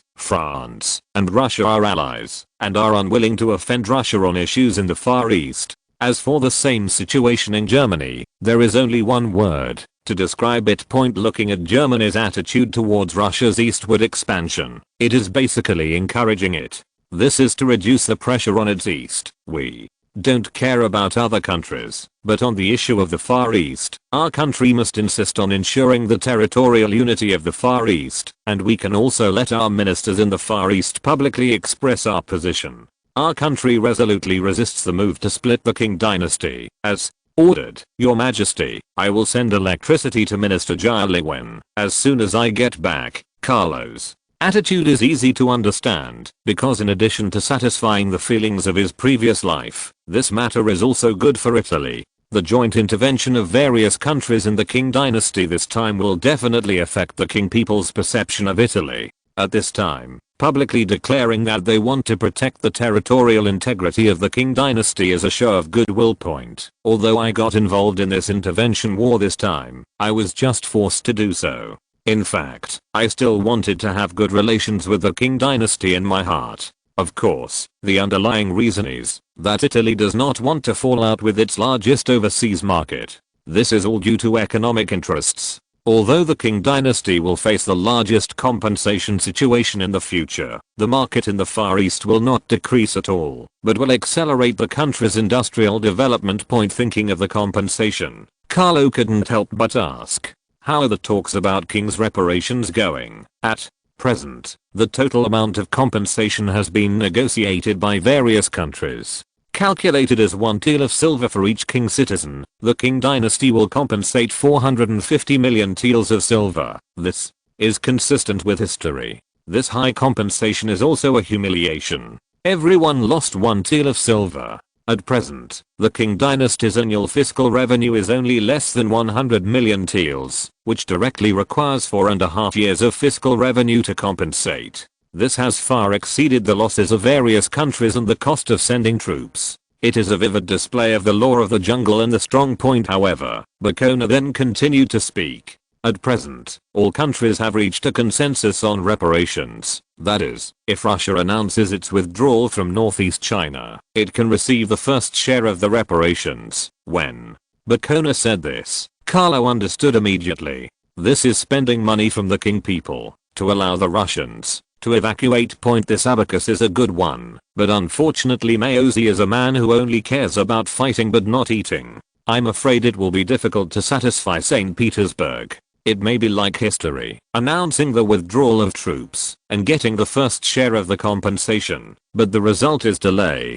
Just don't withdraw. In the end, the British Empire sent thugs to Japan, and it took some education to get the Russians to retract their clause. Chapter 460 Study Abroad Fund. The coronation ceremony of Edward VII was very grand, with dignitaries and monarchs from all over the world witnessing the coronation of the new monarch of the British Empire. But after the excitement, it gradually died down. Of course, countries are currently focusing on 2 places. One is South Africa and the other is the Far East. In South Africa, although the British Empire declared that the war was over, but it is clear that they certainly did not ask the Boers, the other side of the war, for their opinion. After President Kruger of the Transvaal Republic went to Europe to ask for help, the Boers did not put down their arms obediently. These freedom-loving cowboys continued to cause trouble for the British in South Africa. They continued to harass the territory of the British Empire in the form of guerrilla warfare. The Boer guerrillas, under the leadership of De Wet, Del Rey, Botha, Jan Smuts and James Herzog, used their skills in field cavalry and archery to attack the British lines of communication and plunder supplies the British Army, and annihilated the small group of British troops. The more than 40,000 British troops stationed in the 2 newly captured territories were very troubled by these guerrillas, basically composed of local people wandering around. They are like fleas, unable to catch these guerrillas. The British Army, which was angered by these guerrillas, was not helpless at all. The British Army, who was a veteran bandit, used despicable methods in this attack. Since I cannot capture the guerrillas, I will capture the local Boers. As long as all these Boers are captured, these guerrillas will become ruthless. As a result, the local Boers were in bad luck. Faced with the arrests of the British soldiers, the local Boers had nowhere to escape, because they were all old people, children, and women. All the captured Boers were put into concentration camps for management. The Boers, who were left with only the old, weak, women and children, suffered a high mortality rate when their livestock were robbed and imprisoned together. According to subsequent statistics, the chance of survival of the Boers imprisoned in the concentration camp was 47%. With a lack of medical treatment, medicine, and food, what could the Boers do? The British Empire's policy of persecution against the Boers soon came to light. With hundreds of thousands of people in the 2 Boer republics, it was impossible to cover up.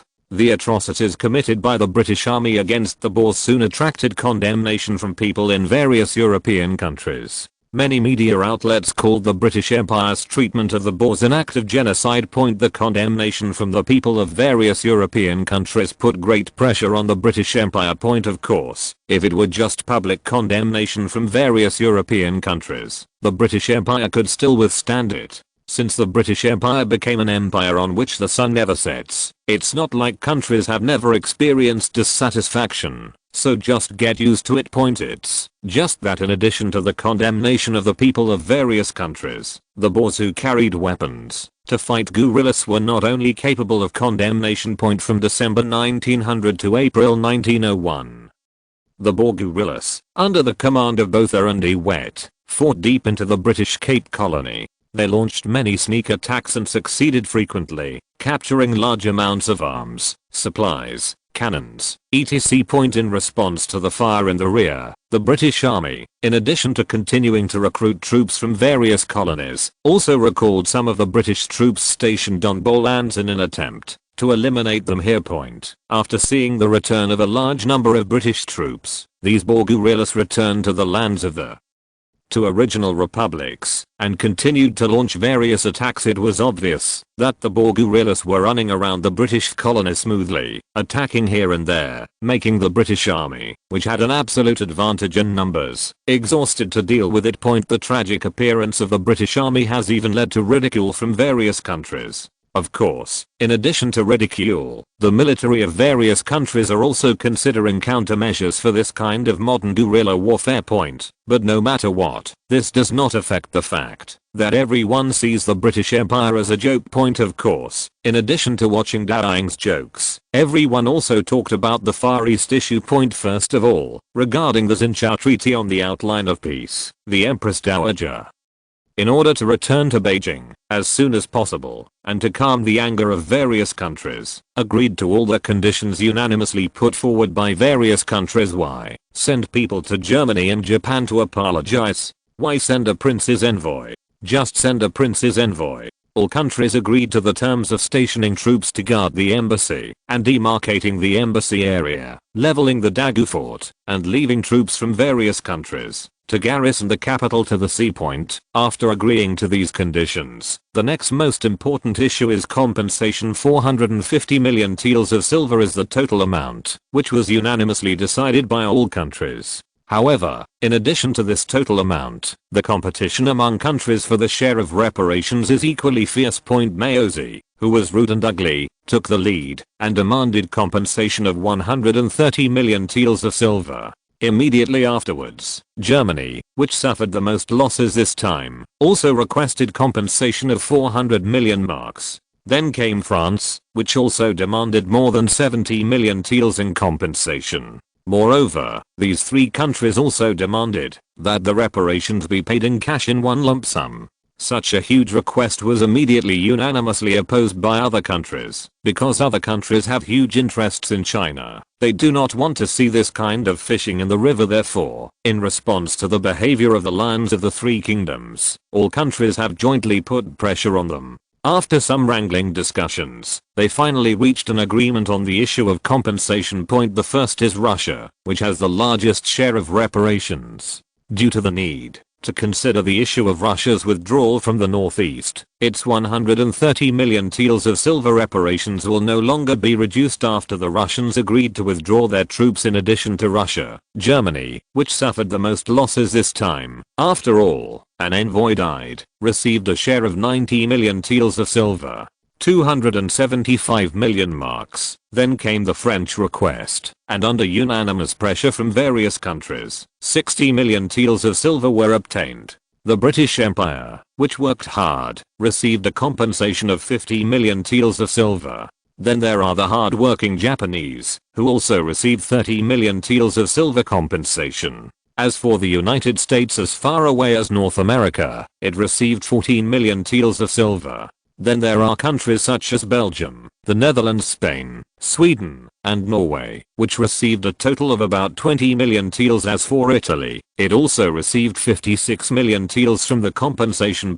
However, it is impossible for the Manchu Qing dynasty to come up with this compensation of 450 million taels of silver in one go. Therefore, this compensation can only be paid in installments. All countries unanimously decided that the compensation would be paid off in 35 years, with an annual interest of 4.5%, and the settlement would be based on the currency exchange rate of each country. The repayment of principal and interest is scheduled to be handled in Shanghai, and the total principal and interest of the compensation is 1.02 billion taels. Looking at the compensation bill in his hand, Carlo couldn't calm down for a long time. This is a realistic example of falling behind and being beaten, because in order to pay compensation, the King government could only increase taxes. This resulted in the continuous increase of land tax, grain tax, deed tax, pawn tax, salt price increase, tariff, religion, unified tax and various exorbitant taxes and miscellaneous taxes.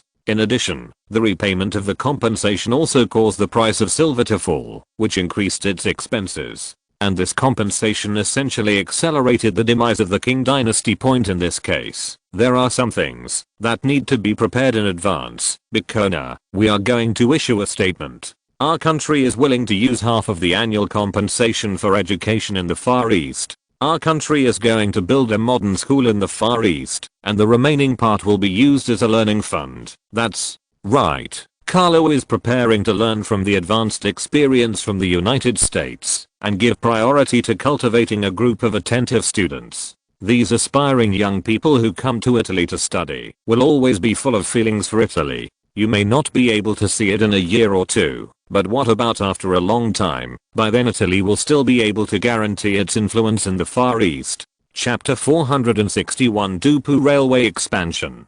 Things in the Far East have come to an end for the time being, but the atmosphere in the Far East will not be less tense. Because of the procrastination of Russia's withdrawal, the British Empire can see through the essence at a glance. Therefore, how to brew the hair next is what the gentlemen of the British Empire need to consider. Something happened.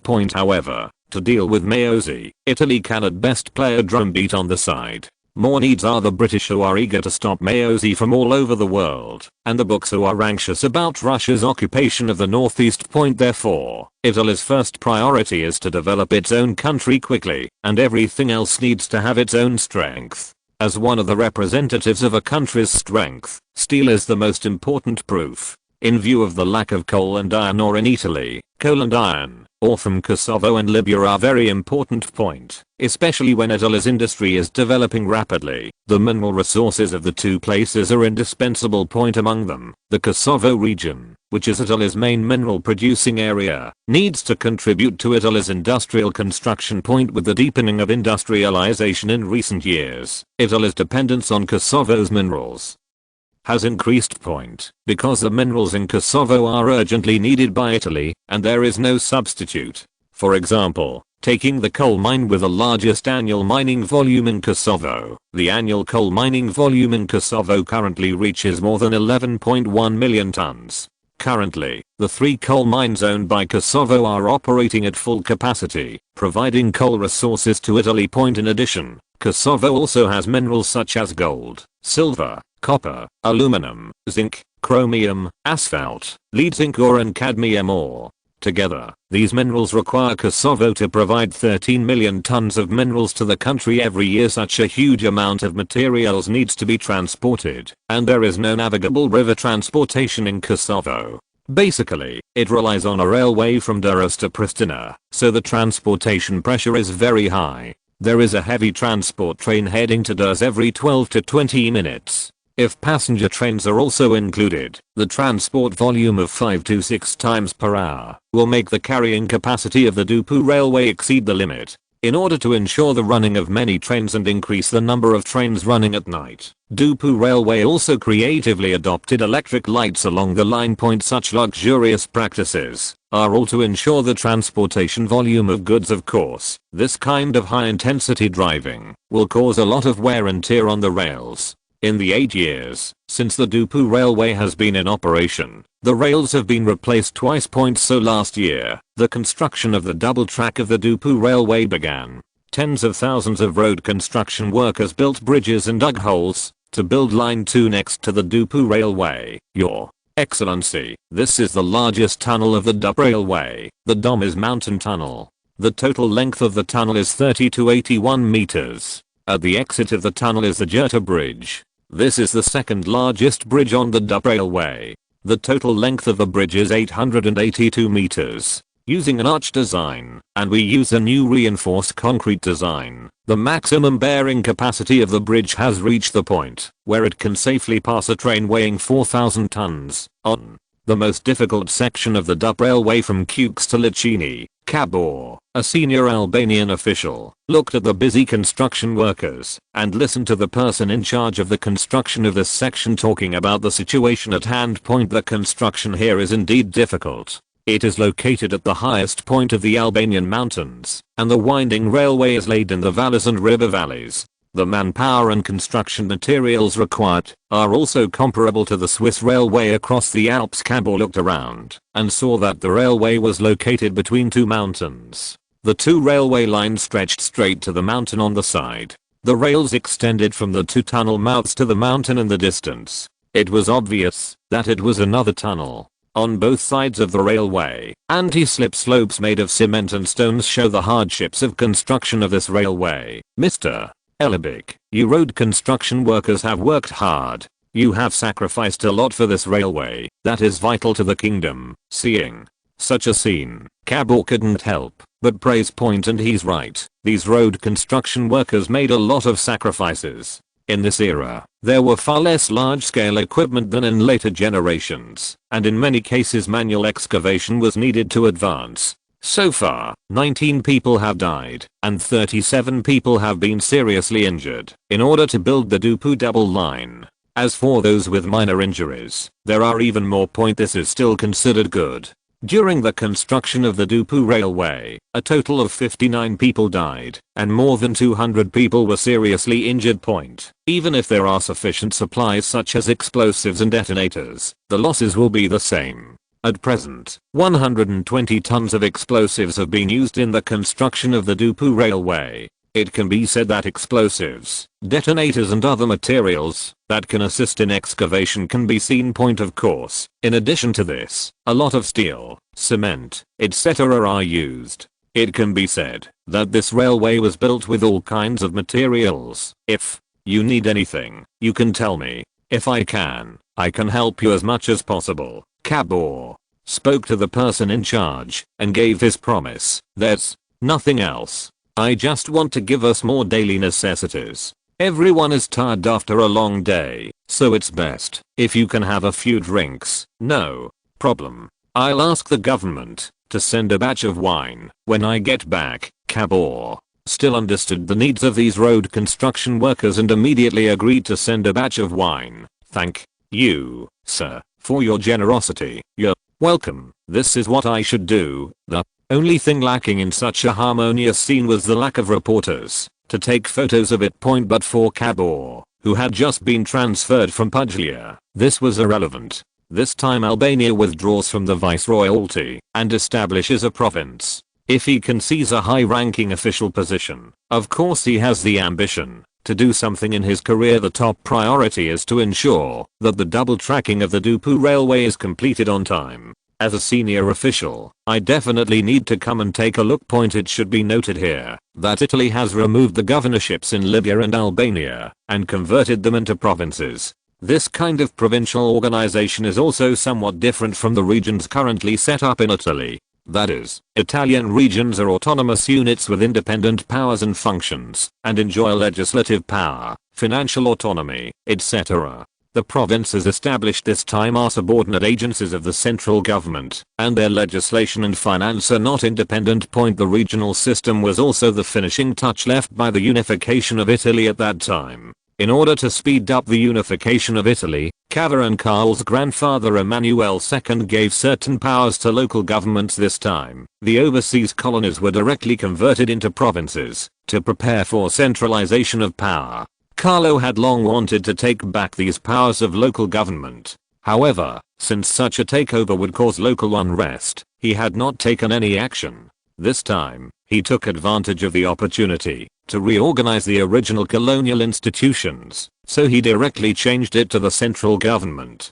Directly affiliated agencies are also preparing to take back the powers of local governments. Of course, Carlo and the Roman government also knew that this kind of thing would not be smooth sailing, but since Carlo delayed reform until now, he must be fully prepared.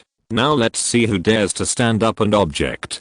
Carlo doesn't mind killing a monkey to show everyone. To describe Carlo's current mood in one sentence, that is, the organizer, co-organizer, and football license are all mine, so why do you trash fight with me? Chapter 462 Grain Reserves. Changing the region can only be done slowly, and Carlo has enough patience for this, but for another thing, Carlo was not so patient, which was to build Italy's food reserves. Speaking of which, Italy is a standard food importing country. Italy's grain import volume is second only to the British Empire, and it is the second largest grain importer in Europe. Currently, Italy needs to import about 2.4 million tons of grain, and the annual cost of purchasing grain is not a small amount. And as Italy's population increases in recent years, Italy will import more and more food. Therefore, Carlo cannot sit idly by and ignore this food issue. You must know that the saying that there is no stability without farmers, no work, no wealth, is not wrong at all for Italy. The issue of food security has reached an urgent level. So today, Carlo summoned his ministers to discuss Italy's food problem. Dear Ministers, I have just seen the statistics of the total grain production over the years. The results make me very uneasy. Last year, our total grain production in Italy was 8.71 million tons, and the grain gap reached 22%. It can be said that our country has a large amount of grain production every year. The import volume puts our country in a subordinate position of food dominance. This makes me very uneasy, for fear that other countries will suddenly stop exporting food to our country. And what should we do? So then I checked our country's food reserves. After all, everyone, housewives all know that they need to prepare food for at least half a month at home, and they cannot buy food in 2 or 3 days. However, the results of the inspection made me very shocked, because our country's food reserves are only 150,000 tons, which is enough for the entire country. Eat for 4 or 5 days, and then what? Carlo looked at the ministers sitting at attention, and then continued. Gentlemen, you are all important ministers of the kingdom. You must face up to the dangers that may be caused by food reserves. This is related to the safety of the kingdom. Therefore, you can make suggestions and put forward your opinions and suggestions. Carlo's words made the ministers present immediately take action, and Interior Minister Edlis spoke immediately. Your Majesty is right. Our country's food reserves are indeed low. We did not pay enough attention to food reserves before, so I think the food reserves must be increased, at least to 1 million tons. Edlis words did not attract the echo of other ministers, because they knew one problem, and that was money. Yes, none of you here know what the kingdom's finances are like. If you want to reserve 1 million tons of grain as mentioned by the Minister of the Interior, you will need to spend about 80 to 90 million lire. Such a high cost is required to complete the task. The biggest problem with food reserves, sure enough, His Excellency Tegela, the Minister of Finance who is in charge of the kingdom's financial power, stood up. Your Excellency Edlis, I completely agree with what you said. Increasing grain reserves is indeed beneficial to our country's food security, but one thing is a problem, and that is the cost of purchasing grain. At present, purchasing 1 million tons of grain, calculated based on 60% wheat, 30% corn, and 10% other grains, it will cost at least 80 million lire. Large-scale purchases will drive up food prices, and more funds will be spent. So where will the money come from? Yes, Finance Minister Tegela is not opposed to national food reserves, but where will this money come from? Then, how much food do you think should be stored? The Home Secretary regretted these words as soon as he said them, because this was not giving the initiative to the other party. Sure enough, Tegela, the Finance Minister, immediately took over the conversation. I think we can reserve 500,000 tons first, and it is best to spend 3 years to ensure financial health. Faced with Tegela's words, the ministers present also talked about it. It is really difficult to do this without money. The current domestic finance is already tight enough. This will cost another amount of food reserve funds, which will give anyone a headache. 10,000 tons is not bad. After all, it costs more than 10 million lire a year, which is not a small amount. Looking at the ministers sitting down, Carlo felt a flash of annoyance in his heart. Could it be that these ministers couldn't see the significance of food reserves to Italy? They were always obsessed with the issue of money. In fact, Carlo had wronged these ministers. Everyone knew about the issue of food security, but the importance of it still needs to be discussed. Because grain reserves can only reduce food security risks, but cannot generate benefits from this money. And according to your majesty, the food reserves will be quite large, and the expenses will be huge. Not to mention that the Italian government's finances themselves are not wealthy. Carlo knew a little about the thoughts of the ministers, but he had to implement the food reserve, which was related to the future of Italy. Because in more than 10 years, a war affecting the entire world will break out. Italy, which originally needs to import a large amount of food, will really have no money to buy food by then, so food reserves must start now. You see, this is the cognitive gap between the two. Look at countries that are not prepared for long-term war. Britain and France, with their superior navies, are able to purchase supplies from all over the world. But what about Italy? Where can they buy supplies, especially grain? Eastern Europe, where they traditionally buy supplies, is at war. Even Russia doesn't have enough to eat and can still sell it to you. Besides, Italy has not yet decided which side it will take and must prepare for a rainy day. Thinking of this, Carlo looked at the Prime Minister sitting there. Before the meeting, he had an angry relationship with the Prime Minister. Seeing His Majesty's eyes looking at him, Antonio knew that he had to stand up at this time.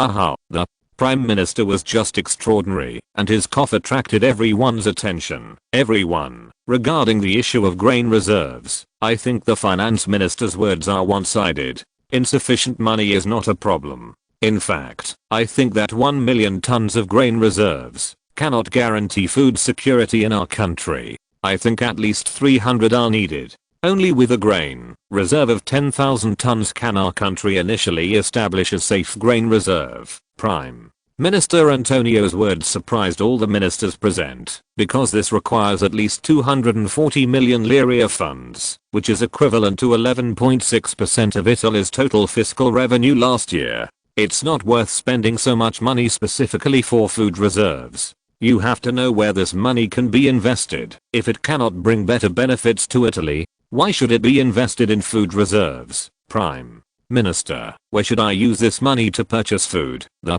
Chancellor raised the most worrying issue. I think we can issue a bond to raise funds to purchase grain and establish grain reserves. We can choose 6 or 7 cities to build special grain reserve warehouses to ensure food security. It will take 4 to 5 years to complete the task of grain reserves. Well, the Prime Minister's words leave people speechless. Issuing a debt to solve the problem of lack of funds after some troubles by the Italian government. The total size of Italy's foreign debt has been reduced to 5.64 billion lire. However, it seems that it is impossible to continue to reduce the size of this foreign debt. For Carlo, spending 4 to 5 years to reserve 3 million tons of grain is not bad. Of course, we can continue to increase the food reserves. In Carlo's mind, it must at least satisfy the people of the country for this year. After all, Italy's own food production is not high. If we don't purchase some food quickly, how will we survive that period of hardship? Years, of course. When the Prime Minister comes forward to come up with a solution and the King expresses his support, the other ministers can only express their obedience. Next, the ministers present also gave their opinions on issues such as who should manage the grain reserves, city selection, and grain refurbishment. The atmosphere at the scene became more and more lively under Carlo's gaze. This is chapter 460. I'm dizzy writing it. Chapter 463. The undercurrent is surging. After the request for food reserves was forcibly suppressed by the Prime Minister and the King, government departments began to operate. Of course, the preliminary work required a lot of preparation. After all, a new department needed to be established to manage these food reserves. Moreover, such a large amount of grain reserves also tests the capabilities of the new department. The first is the selection of sites. According to the actual situation in Italy, the government found that the 6 to 7 large grain reserves it had previously considered may not be suitable. So after much consideration, the government added 3 medium-sized grain reserves. Of course, the location of the grain reserve is very important. Firstly, it needs to have convenient transportation. Secondly, it must be spacious. And thirdly, it must be close to water sources. In addition to site selection, the grain reserve system also needs to be fully considered. The first is fire prevention and theft prevention. In addition, daily inspections, transportation, renovation, etc. all need to be carefully considered. After all, a grain depot is worth at least tens of millions of lire of food.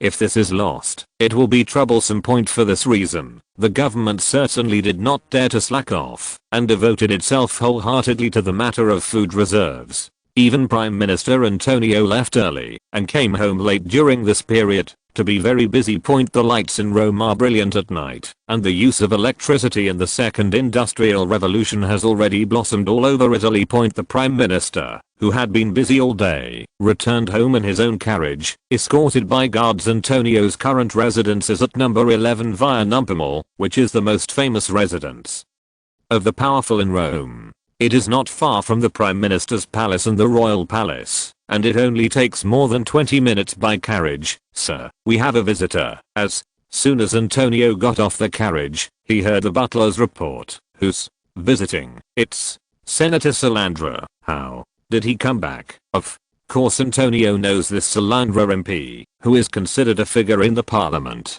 He has interacted with many people, and is ranked 4th or 5th in the parliament. And Antonio has met him several times, let alone a close acquaintance. The housekeeper, who was familiar with his master's temperament, immediately understood what he meant.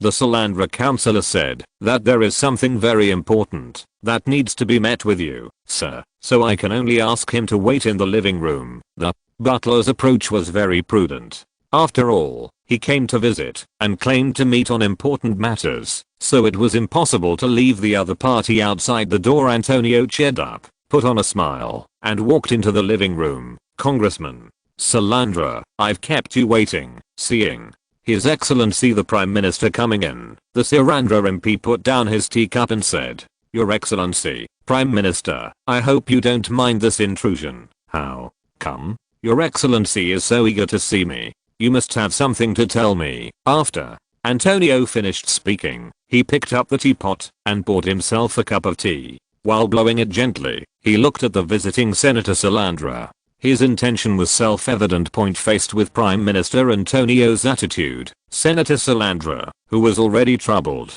did not hide it and said directly, Prime Minister, I came here this time to tell you a very important news. Antonio didn't like what Congressman Salandra said. He just told himself when he had something to say. This kind of pretentious attitude made him dissatisfied. So he picked up the teacup, blew on the hot tea, took a sip and said, Oh, you say, the Prime Minister's performance. The Salandra MP saw it in his eyes, and a surge of anger surged in his heart, but he suppressed it. Prime Minister, I have received news that His Majesty the King has the idea of supporting right-wing parties in the general election.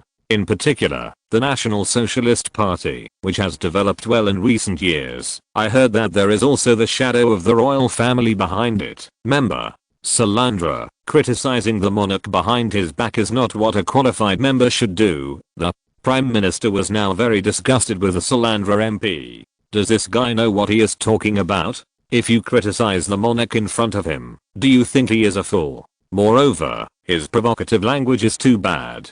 Do you really think he is a useless politician who only knows partisanship? Facing Antonio's anger, Salandra had a serious look on his face. He looked at the Prime Minister calmly, but continued to speak arrogant words. Prime Minister, don't be angry. How can this be considered criticism? This is just free speech.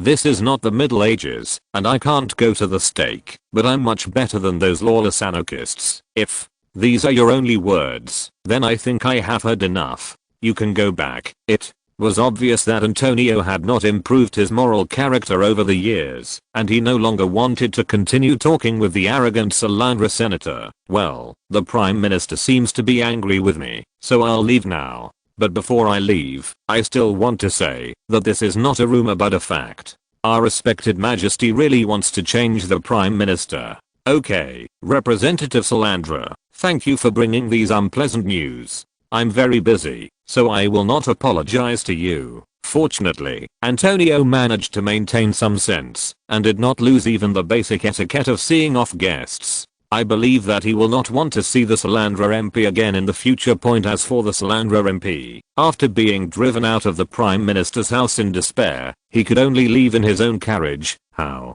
was the talk? In the compartment of the carriage, apart from the member Salandra who was driven out in despair, there was another person sitting opposite him. At this time, Congressman Salandra didn't look a little depressed. Instead, he picked up the expensive cigar from Cuba and smoked it while looking at the other party. It's not bad.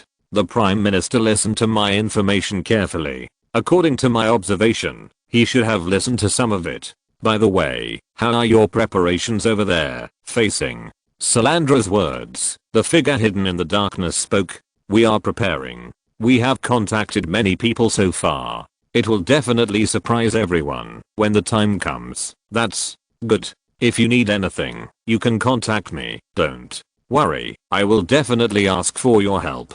At this point, the man sighed. Actually, Our Majesty is really wise and powerful and has obtained a lot of benefits for Italy. If he didn't want to take away our power, I believe we can live in peace. Now we can only hope that the power we show can make His Majesty retreat. Well, actually, I'm not optimistic about this. What should we do then? Don't ask, you actually know it very well. The conspiracy on the carriage continued, and after the Prime Minister drove away the Salandra MP, Antonio came to the study alone, after having dinner with his family as usual. Sir, I didn't know that Senator Salandra could be so rude. In the study, the housekeeper admitted his mistake. I don't blame you. This matter is coming to me. These local powerful people really think highly of me. They want me to pull chestnuts from the fire for them. It's really wishful thinking, sir. I know what to do next, and I won't let it happen again. After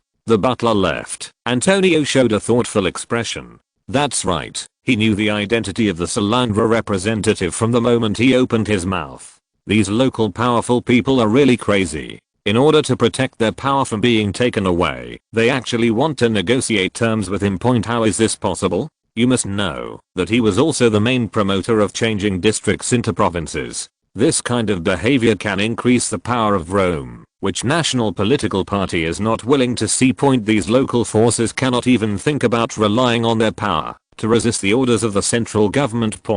But for some reason, the word said by the disgusting Salandra MP came to his mind again. Does the king really want to replace himself and let a right-wing party come to power? Chapter 464 Secret War. Something always felt wrong in Italy in 1901, because there always seemed to be a lot of trouble this year, such as now. We demand an 8-hour working day, and we demand a salary increase. We are opposed to dismissal without reason, and we require the purchase of insurance. A mighty strike team, led by several union leaders, emerged from one end of the street and marched toward the city hall, shouting slogans. The mighty procession was very long and attracted the attention of many people. Many pedestrians looked sideways at the mighty procession in front of them. Chief, are we going to watch like this? On the side of the street, a young policeman looked at the parade. He looked incredulously at his superiors and colleagues smoking and chatting, as if they didn't care about the mighty parade at all.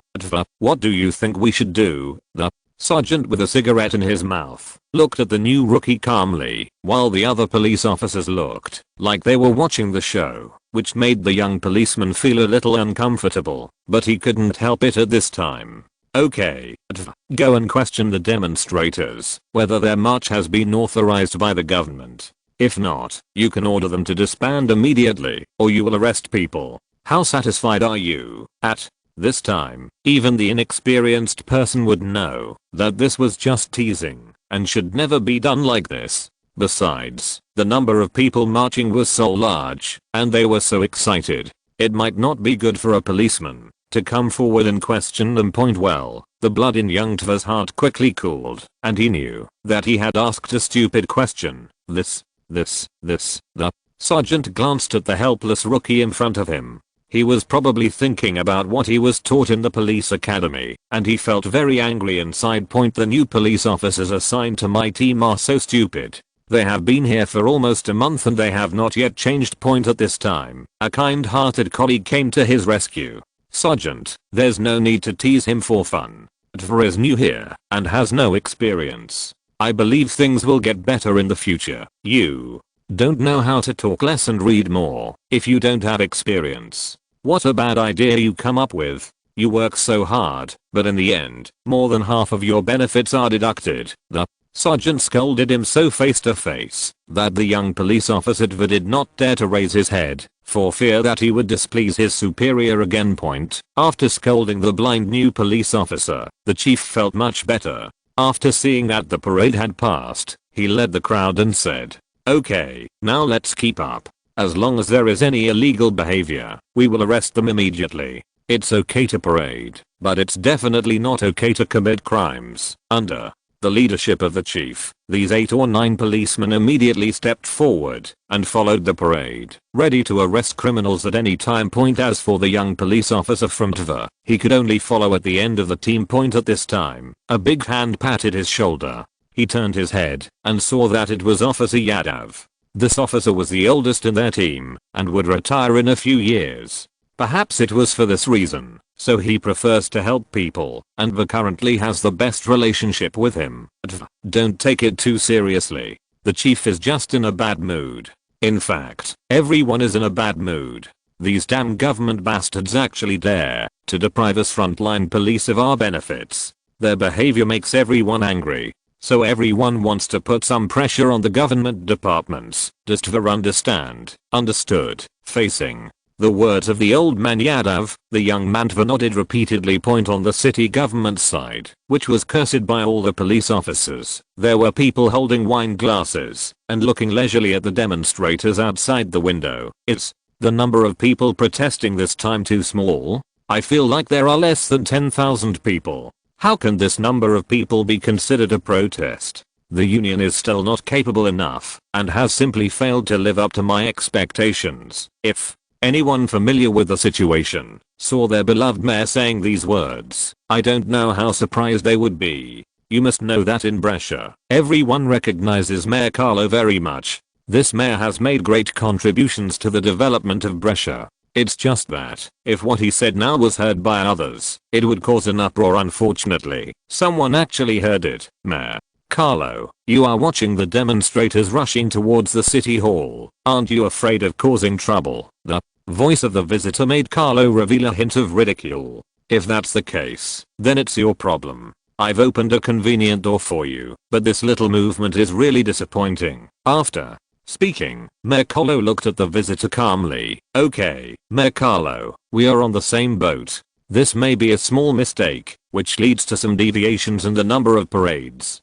Don't worry, the subsequent work will not be like this. It was okay not to mention this, but Carlo felt angry in his heart when he mentioned it. You have the nerve to mention it, but I think your plans have achieved nothing at all. I don't know why I was so obsessed at the time that I listened to your words and actually went along with you. Mr. Mayor, don't be angry. We did not do this well, but there is no need to be so angry. Perhaps it was because he relieved the pressure after venting his anger that Carlo's attitude became much better now. Now that I fulfilled my promise, it's up to you. Facing Carlo's words, the visitor looked straight. Don't worry, the actions on your side are signals, and then you can see everyone's actions. From the content of the conversation between the two, it was obvious that this was a conspiracy that spread far and wide. The reason is that the government's move to convert regions into provinces has infringed on the interests of too many people. Regions have their own legislative power and financial autonomy, which have existed since the founding of the People's Republic of China. Rome's attempt to take back power will definitely arouse the dissatisfaction of many rentiers, and these dissatisfactions will lead to many people joining together in order to protect their own rights. So what if the wise monarch is a wise monarch? As long as it prevents them from continuing to enjoy this benefit, that is the target that needs to be dealt with. Of course, these people have been in the local area for so many years, and of course they know that it is difficult to do things such as direct opposition, so they consider more roundabout tactics. One is because they also know that their own strength is not enough. If they adopt too fierce and tough methods, they will not be Rome's opponent at all, point not to mention anything else, as long as the policemen they could control dared to say that they wanted to lead them to independence. At least half of them would run away. The other people had the idea of making meritorious services, and were directly tied up and handed over to Rome. At this time, Italy had developed for so many years after unification, and the country's reunification had long been deeply rooted in the hearts of the people. At this time, independence would only be a dead-end point, since the hard one is not enough. The only option is the soft one. Point they are relatively good at using soft knives, because they are all veterans of government affairs, and know how the government operates. As long as you make a little trouble at key points, many things will become very difficult to handle. After all, it is easy to destroy, but difficult to build. Not to mention they are veterans who are proficient in government affairs. They only need a little bit of means to make things develop in the other direction. Point therefore, these veterans wanted to do something to make the Roman monarchs and ministers look good, and the idea of changing the region into a province was not a good idea. Chapter 465 Amazing move. The large-scale demonstrations in Brescia seemed to be a signal. Subsequently, illegal assemblies, sit-in petitions, riots, petitions and other large-scale gatherings of people occurred in various Italian cities. In addition, local people generally report that public security is deteriorating and government inaction is increasing rapidly. Faced with this situation, Rome is not blind, and of course it knows what is causing it. Point as the main promoters of this change of districts into provinces, the king and the prime minister are certainly aware of the difficulty of this time. It can be said that the difficulty of promoting the transformation of districts into provinces this time is much greater than the previous efforts to seize military power and change the prime minister. The reason is simple, because this is to reclaim rights from local governments, which will naturally lead to unanimous opposition from local interest groups. These objections may not be as loud as the military or high-level government, but their deterrence is much higher than the first two, because they are the cornerstone of the Italian government and the foundation of the power structure. Point think about it. Rome issued a decree, and although the local government expressed its approval, its execution was greatly reduced. Only God knows how effective this decree will be. Point this soft nail approach should not be too simple for veteran bureaucrats who are familiar with government operations. As for the current situation in Italy, it is obvious that these old bureaucrats are using soft nails. Faced with this situation, the Prime Minister, as one of the promoters, had to convene a cabinet meeting to discuss how to deal with it.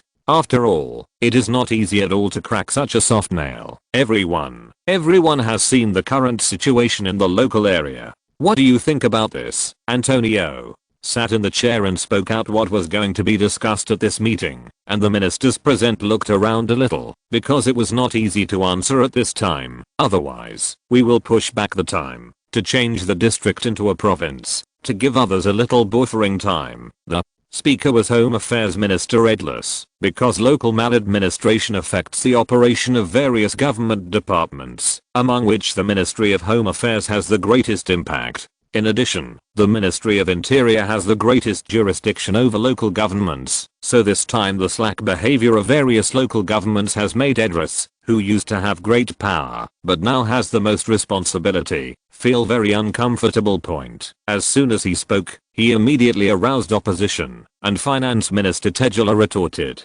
"How can this be done? If the time for announcing the conversion of a district into a province is postponed, wouldn't this encourage the arrogance of local forces? I think it should be accelerated." Only with a harsh attitude can local officials know that Rome's decision cannot be tolerated. Doubtful if we want to say which department supports the conversion of districts into provinces the most, it is the Ministry of Finance. Taking away the power to control local finances is simply a waste of money for the Ministry of Finance, so it is also the department that supports the policy the most. Point. And Tegela's words made Edris immediately furious, slamming the table and saying, "What you are doing will only intensify conflicts and pit the local government against the central government.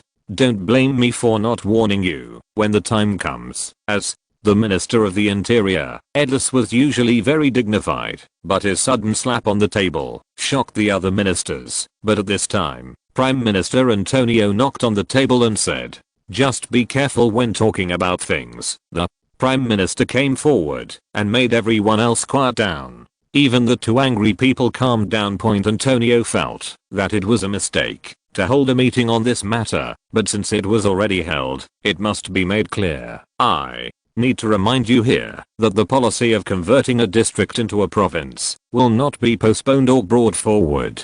This matter must be implemented. Even if the local government does not understand it, it still needs to be implemented. I will reject any voices that oppose the conversion of a district into a province. I don't want to hear it. Your Ministry of Interior must strictly enforce this. Faced with the Prime Minister's roll call, what else could Edless, as the Home Secretary, say? But he could only agree.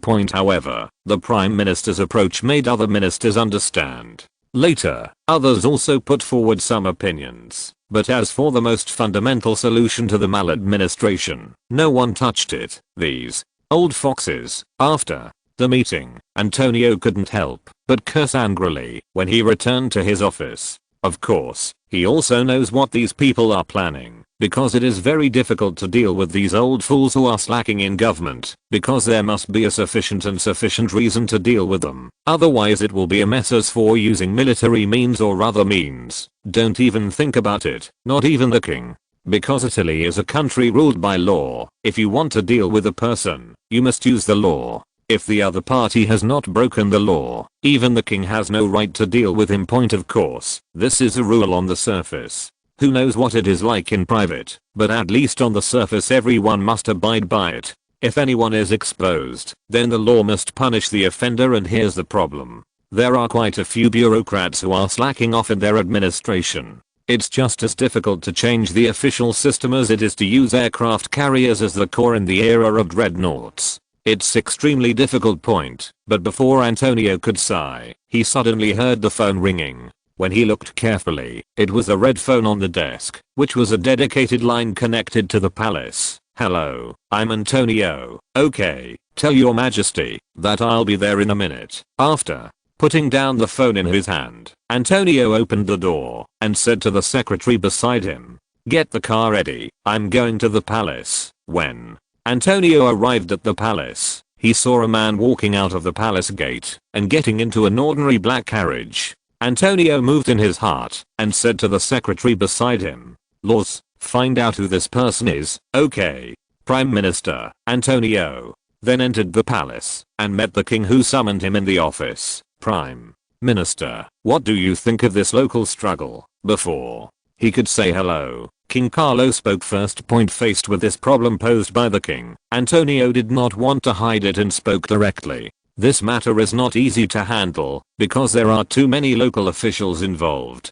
If there is a big fight, it will cause local chaos. But it is impossible not to push forward now. This will lead to the decline of Rome's authority. The Prime Minister deserves to be the Prime Minister. He can see at a glance the biggest problem in converting a district into a province. Of course, once this kind of thing starts, it is impossible to stop because there is no way out. So, what do you think is going to be done next? Faced with Carlo's question, Antonio thought for a while and said, "Although the struggle here seems a bit troublesome, as long as we are determined, in 4 to 5 years, local resistance will be eliminated. The method mentioned by the Prime Minister is to take time, to slowly compete with local forces and use the power of the central government to gradually replace those opposition parties." Carlo also admitted that this method is not bad, but the only dissatisfaction is that the time span is too long and will affect Italy's economic development and all aspects of society. This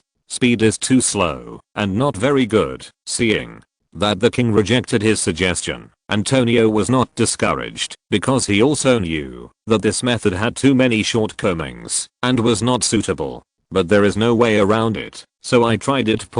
As if he had seen through the Prime Minister's heart, Carlo immediately spoke. "Actually, I have a way, which is to invite Cruz, the leader of the National Socialist Party, to join the cabinet and serve as Interior Minister." What? If you're listening to this novel on a channel other than Fanfic World, it means they downloaded and uploaded it without effort. We cordially invite you to visit our channel, Mundo Fanfic Novelos. There you'll find the original version of this story and you can explore many other novels of various genres. We're waiting for you to immerse yourself in a world of incredible novels.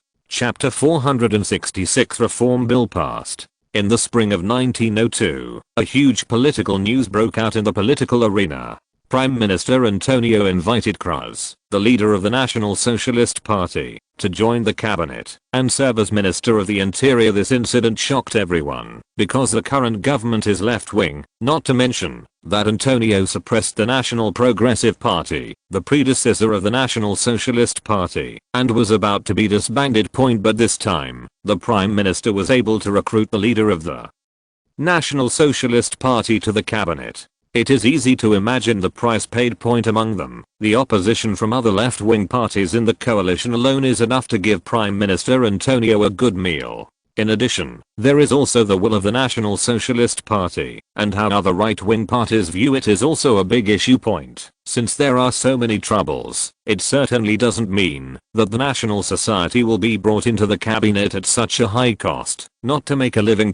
Yes. Some people may have thought that the reason for spending such a large price is to take a fancy to the super fighting power of the National Socialist Party. In this regard, the Mayfair, who has either been eliminated or fled abroad, has the most say. The National Society's entry into the cabinet this time was prepared to promote the transformation of districts into provinces. Therefore, after incorporating the National Society, Antonio certainly could not, and did not dare to stop and immediately prepare for the political reform of converting districts into provinces, because this reform involves a wide range of things and is very important. It is rare for the Prime Minister to come to Parliament to ensure the passage of this political reform bill. Ladies and gentlemen, this bill can ensure Italy's future political stability, so I hope that all the members present will cast their precious votes. In fact, it is not that necessary for the Prime Minister to make the opening remarks, because the Parliament will definitely pass it with a majority, and the various parties will not set up obstacles on this bill to strengthen the central government's powers. After all, everyone has a chance, and voting against it at this time is having trouble with yourself. Soon, the results of the parliamentary vote on the proposal to change the district into a province were announced, and the Parliament Speaker loudly announced the results. On the bill to convert regions into provinces, there were 153 votes in favor and 48 votes against. Here I declare that the bill exceeded the statutory number of votes and the bill was passed, with the words of the Speaker of the Parliament. It was also announced that Rome's move to take back power had begun. The reporters who had been waiting for a long time immediately published the Speaker's declaration in the newspaper, and the next day the news that Italy was going to be converted into a province spread throughout the Apennine Peninsula. As for the bill passed by Rome to convert districts into provinces, various local governments immediately expressed their stance, claiming that they fully abide by the just passed bill and would wait for the central government to send people to hand over the situation. However, it is good to listen to some words. For example, various local governments that claimed to be waiting for Rome to send people to take over spent money unexpectedly during this period. In addition to spending the balance of local finances, some local governments even delayed the transfer of funds. The money given was not given, but spent together, leaving a mess waiting for Rome to clean up. Faced with a lack of cooperation from the local government, the king, the Prime Minister and other senior officials in Rome were certainly aware of this. At this time, their eyes were set on the new Interior Minister Cruz. For Cruz, promoting the implementation of converting districts into provinces is a big test for the National Society. If he messes up, the scenery in front of him will be the most glorious moment for the National Society. Of course, he and other executive members will not want to see it a flash in the pan for one's own party. Therefore, he was always paying attention to the advancement of the bill, and as expected, the advancement of converting districts into provinces looked good, but the actual situation was blocked in every possible way. Therefore, we need to look at Cruz next. Everyone, what you see is the actual progress of converting districts into provinces. You are all the pillars of our Socialist Party, so we need your help in the next step. In the Rome branch of the National Socialist Party, Cruz, as the party leader, looked at the elites of his party. They were all elites selected by the National Socialist Party over the years. They have perseverance and lofty ideals, outstanding minds, and flexibility. He is the most outstanding capable officer of the National Socialist Party. Leader, I have some personal opinions. In the venue, a young National Socialist Party elite raised his hand. Reserda, if you have any opinions, just mention it, and I will listen carefully. Cross knew him. He was from the Puglia branch. He was capable and intelligent. He once wiped out the Mayfair in Barletta overnight, which was enough to make people feel his intimidation point. In fact, he was not the only one who knew more than 20 people in the venue, because they were all carefully selected by him, so how could he not recognize them? Party leader, through the information, I found that the current progress is not ideal, and I also understand your intention of choosing only 3 places as a breakthrough point. Lombardy is currently the most prosperous region in our country. Ensure that the transformation of this region into a province is stable. It is conducive to economic stability. As the region with the greatest opposition, Sicily really needs us to go all out, to let other regions know Rome's attitude. Point as for the Campania region, because it is the core region of the south, priority should be given to suppressing opposition here, in order to deter other southern regions. But there is one thing that you, the party leader, may not have noticed. As the core region of the south, the opposition forces in Campania are quite complex, and there are more situations that need to be considered. Facing Lacerda's words, Kras looked at him seriously and said, "Can you tell me if there is anything I don't know about you? This is just a first draft, and no final decision has been made yet, alright? Party leader and colleagues, I will tell you what I know about the situation." Lacerda looked at the people present and then said, "According to the data, although Campania district's progress in converting a district into a province is not at the forefront, it is not lagging behind either. However, according to what I know, the actual local situation may not be like this, but is far behind. The other regions are basically equivalent to the Sicilian region. Regarding this, party leader, you can ask the comrades in the Campania branch. I believe they will give you a report on the actual situation." Although Lacerda did not say it explicitly, Kras also knew about some situations. It is clear that someone on the Ministry of Interior side has modified the actual situation in the Campania district. It seems that there are quite a few people who are not satisfied with becoming the Home Secretary. Of course, he won't pay too much attention to these small actions now. The first priority is to ensure the implementation of the bill. Reserda, thank you for your valuable advice. I will have someone revise it next. If you have any objections to the description of the data, please tell me immediately. Only with you can I ensure that I will not be people are covering up, so everyone can speak freely. With Kras's encouragement, others also pointed out some differences in the materials that they knew, and Kras thanked them all. Of course, the most important issue in this meeting is the execution of the bill. At this point, although Kras is the interior minister, the only thing he can rely on now is the strength of the National Socialist Party itself.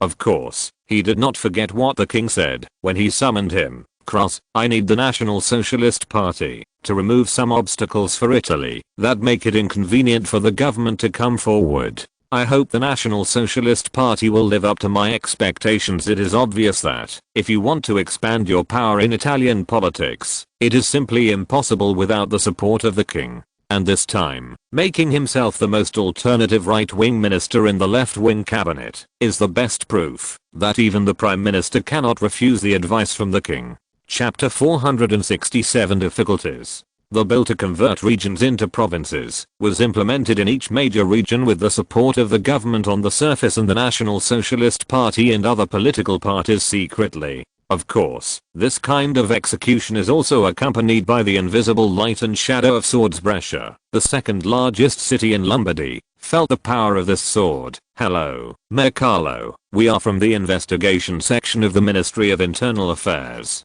We hope the mayor can come with us." Several officers from the Ministry of Interior stormed into the mayor's office angrily and showed the mayor in front of him an arrest warrant signed by the Minister of the Interior. Facing the unkind person from the Ministry of the Interior, Carlo carefully looked at the signature on the issued arrest warrant and then said with a smile, "I heard that your new Minister Kras's handwriting is not very good. I always thought this was nonsense before, but now it is true. Take away Carlo's Words made several people from the Ministry of Internal Affairs look bad, and this attitude of treating them as if they were nothing angered them. However, considering the influence of Mayor Carlo, we can only hold on to our patience and take him back. Point of course, in Brescia, the Ministry of Internal Affairs must have taken other actions besides taking away the Mayor of Carlo. Hello, Director Fritz, we are from the Ministry of Internal Affairs. Please come with us. Director Reeves, we from the Ministry of Internal Affairs want to find out about the situation from you. The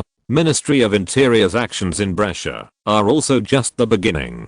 Then things like this happened all over the country. Someone from the Ministry of Internal Affairs suddenly appeared in front of you and then announced that you were under investigation for some reason, and then you were taken away. For a time, the name of the Ministry of the Interior was as famous as thunder among local governments. Which official is as holy as a blank sheet of paper? There are more or less irregularities, but this kind of behavior is everyone's default. Now, of course, some people will be dissatisfied with the Ministry of Interior's investigation that breaks everyone's tacit understanding point, but only fools would stop the Ministry of Interior from doing its work at this time, because everyone knows why the Ministry of Interior is doing this, isn't it? To kick out those who oppose it. Faced with this approach of the Ministry of Interior, many local officials called for the Ministry of Interior to stop this practice of taking people away, because this practice did not notify their families, which is very inhumane. Faced with the appeal of these officials, the Ministry of the Interior agreed, so during the subsequent investigation, a letter will be left with the family. Faced with the Ministry of Interior's approach of not allowing oil and salt to enter, many local officials backed down.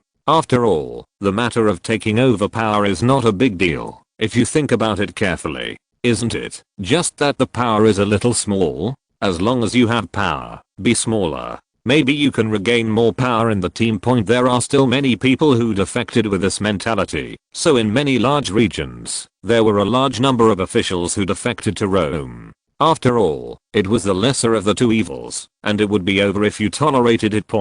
Although some people can endure it and get over it, there are many people who can't endure it because they are the leaders, and it is extremely difficult to escape the blow of Rome. Therefore, the actions of the Ministry of Interior have deepened their connection. Belrin Manor, located on the outskirts of Naples, is famous locally because it houses the most powerful nobleman in Naples, His Excellency the Earl of Berwick. This Earl is very famous in the south because as early as the Kingdom of the Two Sicilies, his ancestors received many rewards from the Bourbon royal family. During the Italian Unification War, his father, the old Earl of Berwick, sized up the situation and defected to Savoy. The Voi dynasty became one of the few former two Sicilian nobles to profit from the War of Unification. The Earl of Berwick's family has remained standing in Naples for so many years. It is precisely because of their superb vision that they have grown step by step and have now become one of the few major landed aristocrats in the south.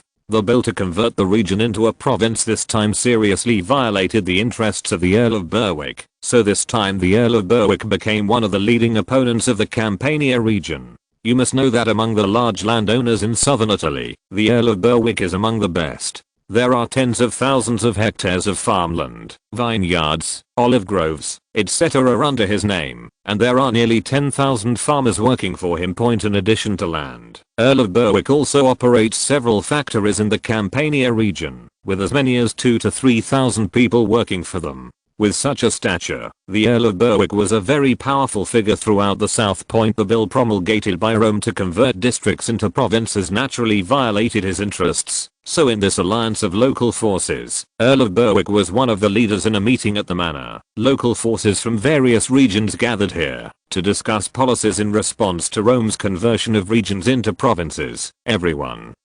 The current actions of the Ministry of Internal Affairs, despite their aggressiveness, are just pretentious as far as I know. Because many of the people they arrested cannot be judged, they deliberately did not send out any information to create endless associations. Just wait, some people will be released within a short period of time. The person who opened his mouth to cheer everyone up was Olivia, the former speaker of the Campania region. This Mr. Olivia can be said to be the group of victims who have suffered the most from this change of district to province. Because after the region is converted into a province, there will be no parliament. They, the district councillors, can go home and eat their own food, but we know this kind of thing, but those local government officials don't. In our Puglia region alone, many people have been deterred by the actions of the Ministry of Interior and have changed their attitudes. Especially in that country, the Socialist Party has become a lackey of Rome, and many things cannot be hidden from the National Socialist Party, which makes it very difficult for us to handle. The person who spoke was Viscount Dubel from Puglia. This man was also a powerful figure in Puglia, but now faced with the pressure from Rome, he lacked confidence. Some people were dissatisfied with Viscount Bailey's words. What can we do now? Surrender to Rome obediently, and then hope that Rome will be magnanimous and let us go? Do you, Bell, expect Rome to just let it go? The person speaking was Viscount Solanus of Sicily. This was a big landowner in Sicily. He was a bit ruthless, so the mafia in Sicily basically did things for him. In the recent confrontation between the National Socialist Party and the mafia, Viscount Solanus suffered a lot of losses, and as a result he encountered a bill to convert regions into provinces. So this is the group of people with the most determined attitudes. How could I expect Rome's magnanimity? It's just that we have little chance of winning this kind of hard top, so let's discuss a solution together. Why are you so thorny? In response to Solanus's accusations, Bell certainly quit. Isn't it true? You are just scared inside. I'll be afraid if you say it again, snapped. Seeing that the two were about to gouge the ox, Earl Peric, who was presiding over the meeting, immediately slammed the table. Okay, I know it's uncomfortable for both of you. I also feel uncomfortable facing Rome's bill that deprives us of many benefits, but this is not the time for us to have internal strife. Earl Berwick's words silenced the two of them. After all, this person's face must be sold. Seeing that both of them were silent, Earl Berwick felt a headache. These people are hopeless, and they are still in a state of internal strife at this time. Now, the most important thing for us is unity, and other things can be put aside first. Only by unity can we be qualified to resist the pressure of Rome. Otherwise, like now, only the mad dog of the National Socialist Party can deal with us. Earl Berwick, who felt much better after venting, then said earnestly, next, we will continue to fight with Rome. If we want to change the district into a province, if it cannot meet our interests, we cannot let it succeed. Before that, everyone must be consistent and no one can escape. Facing Berwick's words, some people immediately agreed.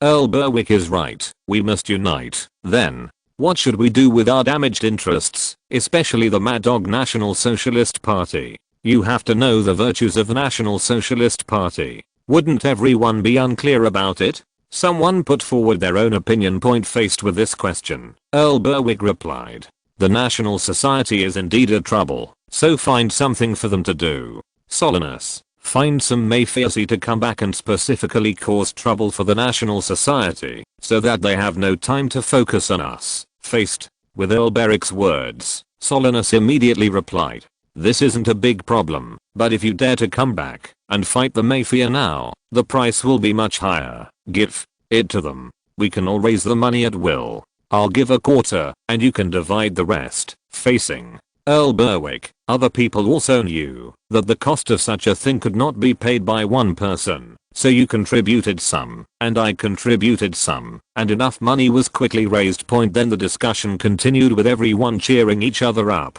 After the discussion was over, everyone left in their cars. After Solanus got on the car, he looked at the beautiful manor in front of him through the car window, showing a mocking expression.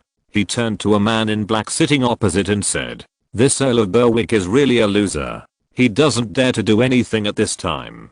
He only keeps calling for unity and expects a group of greedy people to unite. It's a joke. That's why we approached your excellency, Viscount Solanus. I believe you must have a different opinion. Faced with the words of the man in black, Viscount Solanus replied proudly, of course, as long as you can ensure that the first batch of 5,000 rifles and bullets are transported to Catania, then I can show you my strength. A riot sweeping Sicily is enough to make the young king think about it. What can be accomplished with these people? To this arrogant viscount, the man in black immediately replied, of course there is no problem. or 1,000 rifles can be shipped next Friday. In addition, I will give you the 1 million franc check you mentioned on the day of the riot. I really look down on you French guys. You're not happy at all.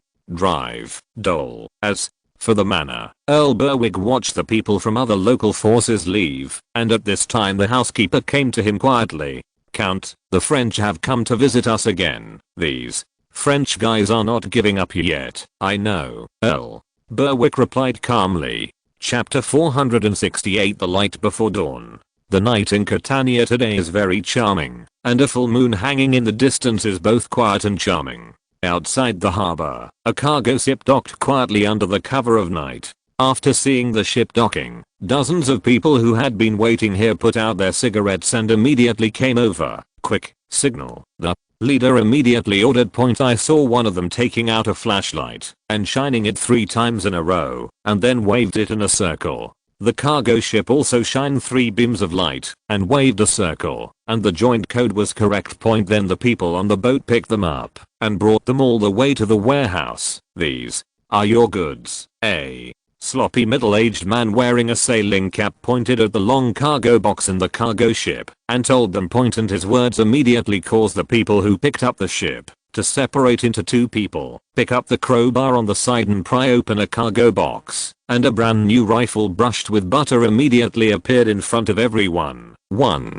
box contains 20 Lebel 1886 rifles, a total of 250 boxes. The other 1 million rounds of ammunition are over there. As his words fell, the shining bullet was revealed in front of everyone. Then several cargo boxes were opened randomly one after another, either guns or ammunition. B prepared to call someone to move it, the leader said with satisfaction. The person next to him nodded and walked out of the cabin. After a while, dozens of people came from the dock, and these people also brought dozens of carriages. The subsequent relocation work was carried out in an orderly manner under his command, and boxes of guns and ammunition were loaded onto the carriage. In just 1 hour, the cargo in the cabin was emptied, and the leader immediately left the dock with a large group of carriages after briefly shaking hands with the people on the ship. Everything seemed to have never happened, except that there was a batch of cargo missing from the cargo ship. After all the people waiting to pick up the goods had gone away, the slovenly middle-aged man wearing a sailing cap returned to his captain's cabin. The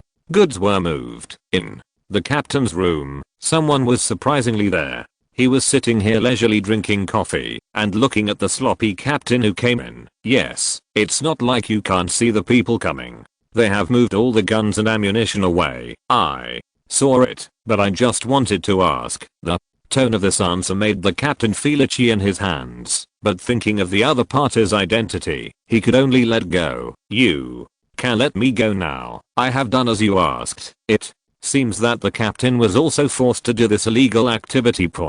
But when faced with the captain's words, the man who was sitting steadily looked at him and shook his head. Captain Garlus, a well-known figure in the smuggling world, wants to stay out of the matter. Do you think it's possible? You have just smuggled 5,000 rifles and 1 million rounds of ammunition into the Kingdom of Italy. According to the law, you will be sentenced to hanging. Hearing what the other party said, the sloppy Captain Gorus became a little anxious. But you asked me to do this. How could I be so shameless? If I hadn't been caught by you, I wouldn't have done this. Okay, let's not talk about this anymore. Next, you will send a batch of arms, and we will let you go. When he heard that a batch of goods was about to be delivered, Captain Gorus' face turned unpleasant. But now, I'm a Deozu, Z, and I'm a fish and meat, so there are some things that I cannot help myself with. Even though he knew that the next step would be more dangerous, he could only bite the bullet and continue. Tell me, what will I give you next time? Seeing the resigned Captain Gorus, the man immediately replied. Actually, according to the regulations, I can't tell you in advance, but after thinking about it, I decided to tell you and send cannons next time. Our captain. Gorus looked shocked. We can put it down first. The carriage team that received the goods has now arrived at a manor on the outskirts of Catania. At this time, many people in the manor are waiting here. Viscount, the goods have been shipped back. Among the people waiting here, the leader was Viscount Solanus, who had held a meeting in Naples before. The Viscount walked to one of the carriages and waved Immediately, someone opened the 2 cargo boxes on the carriage, one long and one short. The brand new rifles and bullets contained inside immediately appeared in front of everyone. Have you counted it? Looking at the rifle and bullets in front of him, Viscount Solanus asked casually. It has been unpacked and inspected. The long box contains rifles, 20 per box, and the small box contains bullets, 1000 rounds per box. Very well. Move all these weapons and ammunition to the underground warehouse. Following his order, people in the manor immediately became busy. Viscount Solanus then looked at the busy scene and spoke to a middle-aged man next to him. Pharaoh, you should have seen my sincerity. So are you interested in returning to Sicily and taking revenge on the black men who drove you out of here? The Pharaoh mentioned by Viscount Solanus is the mafia who was expelled from heaven and earth by the National Socialist SS. These mafias who cannot survive in Italy, although they have left Italy, they still care about this land. That's why after Viscount Solanus summoned them, a representative was sent to take a look. After all, this Viscount had secretly helped the mafia in the struggle with EP, so it was good to explore the situation first. Your Majesty the Viscount, I cannot give an immediate answer to this question, but according to my own wishes, of course I want to return to Sicily and let those black men feel our anger. Viscount Solanus was not surprised by the answer of the mafia in front of him. The mafia was just an outside move, and whether it could succeed or not would not affect his plan. So after all the goods were unloaded, Viscount Solanus left the manor. The next day, the housekeeper came to Solanus quietly. Viscount, the French guest is here, invite him in. After a while, the French guest mentioned by the butler arrived. Viscount Solanus, have you received our sincerity? The French guest was not polite at all. He picked up the wine bottle on the side and poured himself a glass of wine. Received. Very good. Viscount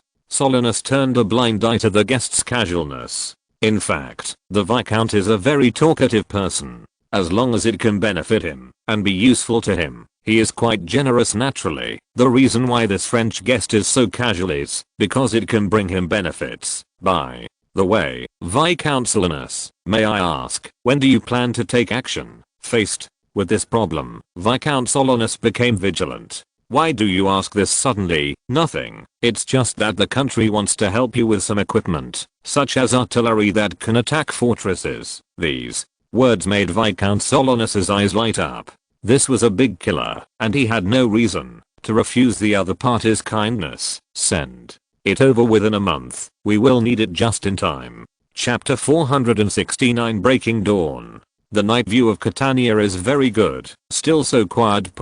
And in the quiet port, a cargo ship that had been here before docked again. After seeing the ship dock, a group of people also appeared. Of course, the code was necessary, but it was just a different mode. But they still connected. The captain pointed to the more than 10 large boxes in the warehouse and spoke to them. Your goods are all here. Crunch. A large wooden box was pried open, and a long gun barrel and some other parts were lying inside. Crunch crunch. Several large wooden boxes were opened one after another, containing artillery parts. There are a total of 14 artillery parts here. Captain Gorus on the side pointed to the large wooden box and reported the quantity of the goods delivered. Tell someone to prepare to move. The leader here immediately called for people to prepare to move these big guys. Although there were only about 20 large wooden boxes, it was much more difficult to move them than it was to move guns and ammunition before. A large wooden box weighing hundreds of kilograms requires more than a dozen people to lift it. Some people may ask, why not use a crane to unload the goods? It will definitely be much faster. It should be noted here that currently the cranes used for unloading cargo at terminals in various countries are powered by steam engines. Once this thing is started, it makes a lot of noise, comparable to a loudspeaker. Not to mention that, if you start this machine in the dead of night, at least half of the city will know about it the next day, which is completely contrary to concealment. So at this time, everyone can only work harder and move slowly with a little force. When these people who received the goods were working hard to move the large wooden boxes, they would never have imagined that someone was watching their every move. In a small 3-story building on the other side of the pier not far from them, Someone was observing them carefully with a telescope point on the roof of the 3rd floor. Several people were lying here, paying attention to the situation on the cargo ship. Captain, these people have already moved 17 large wooden boxes and loaded them into the truck. Keep waiting.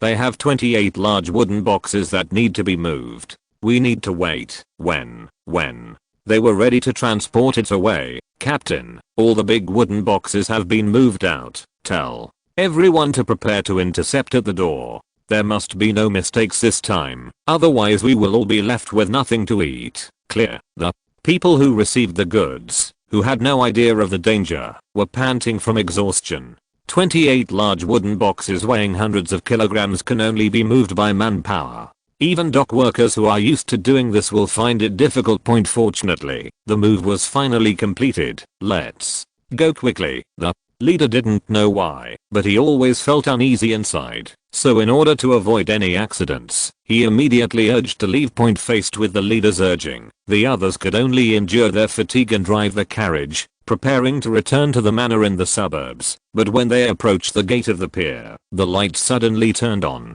Someone turned on all the lights on the pier, and then military police with loaded guns immediately surrounded them from all directions. No, rush over quickly. At this time, the person leading the team reacted very quickly and immediately ordered the coachman to drive out of the gate. However, no matter how quick he reacted, he saw 2 Fiat A-type cars suddenly appeared at the gate and blocked the door. What's even more outrageous is that someone put a machine gun on the roof of the car. It was obvious that this was a dead-end situation where who would charge and who would die. It was a desperate situation. Hold your head with your hands and squat down. Facing the menacing military police, most people followed the orders wisely. A small number of people who were confused or had a lucky mentality wanted to escape or give it a try. As a result, these military police opened fire without hesitation. The gun was fired, and several people fell directly into a pool of blood. The ruthless style of the military and police made the other dizzy people calm down immediately. After all, they only have one life, and if it is gone, it is gone. While the arrest was going on at the port, the military police were also operating in the Viscount Solanus manor on the outskirts. Boom. The door was knocked open, and a large group of military police rushed into the manor with their guns drawn. No one is allowed to move. Facing the dark muzzles of the military police, the servant was so frightened that he trembled like a flock of quails. Only the women screamed. The same is true for the guards in the manor. After all, they don't have the guts to fight against the heavily armed military police. At this time, the door of the living room was suddenly opened, and the loyal butler ran in with a nervous look on his face, interrupting Viscount Solanus' reception. Regarding the butler's sudden interruption of his reception, Viscount Solanus looked at the butler angrily, obviously waiting for him to give him a reply. Viscount, the military police rushed into the manor with firearms. The butler's brief answer made Viscount Solanus look shocked, because he knew why the military police stormed the manor with guns. Damn it, why didn't I get the news? Mr. Cartney, come with me quickly. Let's leave here through the secret passage. Faced with such a big change, Viscount Solanus still had a clear mind at this time, and knew that he had to leave first. Of course, the French guest must not fall into the hands of the military police, otherwise he will be completely ruined. However, when faced with the words of Viscount Solanus, the French guest named Cartney answered quite calmly, "I'm sorry, Viscount Solanus, I'm not going anywhere, and you can't go anywhere either." Before he could speak, he took out a pistol from himself and pointed it at the Viscount. "Ah, you from the government?" At this time, Viscount Solanus still didn't understand the situation, so he asked with an ugly expression, "You're from the government?" "That's right. Mr. Butler, please take your hands out of your arms slowly. Although I fully understand your eagerness to rescue Viscount Solanus, if you don't take your hands out slowly, then the Viscount will be injured." Several bloody bullet marks appeared immediately. Facing the threat and cold eyes of the other party, the housekeeper thought for a while and could only follow the other party's instructions and slowly took out his hand helplessly. Clang. A pistol fell out of his clothes, so none of the 3 people moved, and the atmosphere was quite strange. Of course, it didn't take long. A few minutes later, the door was suddenly opened, and a large number of military police rushed in. The fake Frenchman dropped the gun on the ground with a smile on his face, raised his hands high to prevent the military and police from misunderstanding, and said at the same time, "I'm Daniel Greco from the Ministry of Interior. Call the people from the Ministry of Interior, and it will become clear." At this time, the military and police officer leading the team looked at the other party, and then said to the people around him, "Please bring Commissioner Yallop here, Mr. Greco. Please wait until we find someone to confirm." "It's okay, I can wait." After a while, Special Commissioner Yallop rushed over and confirmed his identity. "Take the butler away. You military police can evacuate this room first, and we will take over Viscount Solanus." Following his words, the military police immediately withdrew, leaving only the two of them and Viscount Solanus here. "It seems I still have some use." The scene at this time made Viscount Solanus feel confident again. Facing the words of Viscount Solanus, the special commissioner named Yallop nodded and replied, "I won't hide it from you. It does have some effects, but whether it can be used depends on your choice, Commissioner." Yallop's words made Viscount Solanus, who was sitting in the chair, relax a lot. Commissioner Yallop didn't care about Viscount Solanus's attitude and saw him continue. "But before I talk about your role, let me introduce myself first. My name is Cliff Yallop. My role as Special Commissioner this time is just a temporary assignment. Before coming here, I was the Secretary to Interior Secretary Cross." Yallop's words made Viscount Solanus' expression change greatly, because anyone who knew anything about politics would know that there must be a major reason for sending his own secretary to lead such an arrest. Sure enough, the Secretary of the Home Secretary continued, "Viscount Solanus, you have two choices next." Yallop stared into the eyes of Viscount Solanus and said, "First choice, everything is based on the facts. We will convict you of treason and armed rebellion, confiscate all the property of your Solanus family, drive your wife and children out, and you will be sentenced to life imprisonment and placed in the most dangerous prison. Believe me, you don't even have a chance to commit suicide. You will live a life worse than death every day. As for the second option, that is, I choose the second option." Before Yallop could explain the details of the second choice, Viscount Solanus spoke directly. Faced with Viscount Solanus' words, Yallop smiled. "Viscount Solanus, you agreed so readily. Don't you want to hear the conditions of the second option first?" "Of course I do, but since you value me so much, there must be a reason why I can't refuse." Yallop had to admit that, although Viscount Solanus was a bastard, he was very smart. Indeed, Viscount Solanus was a carefully chosen candidate. The government and the royal family finally selected him from among the local forces who opposed the bill. In order to get him into the trap, the Ministry of the Interior, the National Socialist Party and even the royal family made great efforts just to prevent the arrest from leaking. Even the military and police were secretly transferred from the former Kingdom of Sardinia, and the 5,000 rifles and artillery were specially transported in a large circle. In addition, in order to make him believe that Courtney was sent by France, he also activated senior Italian latent spies hidden in France. Therefore, it is difficult for Viscount Solanus not to fall into the trap. This is completely a scam from an entire kingdom. It is not surprising that he, a local noble, would fall into the trap. Let me talk about the conditions for the second option. You need to prove that the Earl of Berwick, Viscount Bailey, Viscount Farella, Baron Carboni are the masterminds of this armed rebellion, and it is up to you responsible for purchasing arms to launch a rebellion. Because of your merit in the prosecution, you will be sentenced to 5 years in prison. Your property and title will not be confiscated, and you will be released for medical treatment after the incident subsides. Although he had already made up his mind to cooperate with the government and the royal family, Viscount Solanus took a breath of cold air when he reported more than 20 people at once, including more than a dozen nobles. This means that in the circle of nobles, he will be infamous. Not only will no one want to associate with him anymore, but he will also be hostile to most nobles. Of course, looking at the benefits, if the government and the royal family hadn't chosen him, then he would have become a member of the list. I can accept all your conditions, but I have a small request that I hope can be met. Yallop was not surprised at all when he heard Viscount Solinus' request, because the Viscount would take a very big risk in this matter. So before coming, Kraus told him that, as long as the other party agreed, some small conditions would be acceptable. Yes, whatever your request is, as long as it's not too much, I can grant it to you. Upon hearing the commissioner's words, Viscount Solinus smiled. I hope to get an opportunity to meet the king after being released on medical parole. Chapter 470. Catch them all in one fell swoop. The news that Viscount Solinus agreed to betray the enemy soon reached Rome via radio waves.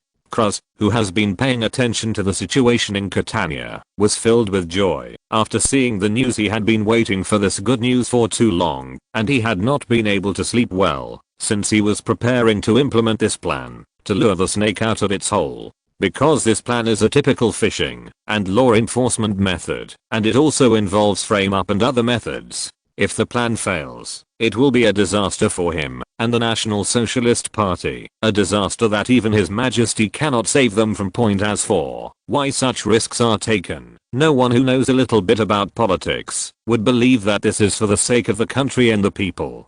In fact, it is just to show the style of the National Socialist Party in the eyes of other parties and His Majesty. Especially the latter, as long as the National Socialist Party establishes the image of being the first in the world in the eyes of His Majesty, and does things that other parties dare not do, then the National Socialist Party can gain its due status in the Italian political circle. Yes, although the National Socialist Party has developed rapidly in recent years, in the Roman political circle, the National Socialist Party does not have a status commensurate with its strength. For example, in Parliament, parties with fewer seats than themselves can speak louder than they do. Regarding this, the National Socialist Party members were full of grievances. They jointly proposed several amendments to the bill, whether they were important or not, but they were all rejected by other parties. This is because they have grown too fast, and other parties are more or less hostile, even if they deserve respect. Even the right-wing parties treat them the same way. In fact, this is easy to understand. Because the National Socialist Party has radical ideas, it is more able to attract the favor of right-wing people. This also leads to the fact that compared with the left wing, while the National Socialist Party continues to grow, other right-wing parties suffer greater losses. And the National Socialist Party is not the largest party among the right-wing parties. Since it cannot bully the whole party, it is strange that it can give you a good look. Kraus and the top leaders of the party are also very clear about the plight of the National Socialist Party. They have also thought of countless ideas to break through this predicament, but in the end they can only be shelved because they are not practical. Just when the National Socialist Party could not think of a way to break the situation, the invitation from the king made a group of people see a possibility. That is to show the uniqueness of the National Socialist Party in front of the king and win His Majesty's favor. Anyone familiar with Italian politics knows that Italy seems to be a parliamentary constitutional monarchy, but in fact it is more like a less constitutional monarchy. The favor of the king is a basis for the growth of political parties. As for the fact that the king funded the National Socialist Party, just laugh it off and never bring up this silly question. If the monarch has funded a certain political party, can he wait for the monarch's promotion? Those who think so should stop playing politics, because you are not suitable and too naive. Therefore, it is a top priority for the National Socialist Party headed by Kraus to smoothly advance the bill to convert districts into provinces, which is a headache for His Majesty. Therefore, it is very reasonable to use some off-board moves immediately. Send telegrams to all arresting teams. Dawn has arrived. Yes, this is the code for the arrest operation. Although the arresting teams are called teams, the smallest group has hundreds of people, and the largest group has as many as 500 people, which is enough to attack a military stronghold. Following Kraus's order, the waiting arrest team immediately took the arrest warrant and led the military and police to pounce on the identified suspects in a luxurious manner in Ferrara. An arrest team with military police broke in. After a frantic search, they met the main suspect in a secret room in a certain room. Baron Delgado, who was pretending to be calm, spoke. I'm a baron. What reason do you have to arrest me, Baron? Delgado, you are under arrest for intending to launch an armed rebellion. What the? Words of the captor made Baron Delgado, who was evading arrest, unable to sit still, and he immediately screamed loudly, "You cross bastards, how dare you frame me, bah." He spit on the leader's face, at him to one more crime, resisting arrest and assaulting a law enforcement officer, and take him away, under the force of 2 strong arresting law enforcers. Baron Delgado was dragged away in a most dishonorable manner. I want to find someone to expose your evil deeds. I want to expose you for framing me, Ferrerers. Arrest was considered very smooth, but of course some were smooth, but others were not. The capture of Viscount Bell in Messina, Sicily, was extremely unsuccessful. First of all, this arrest was unexpected.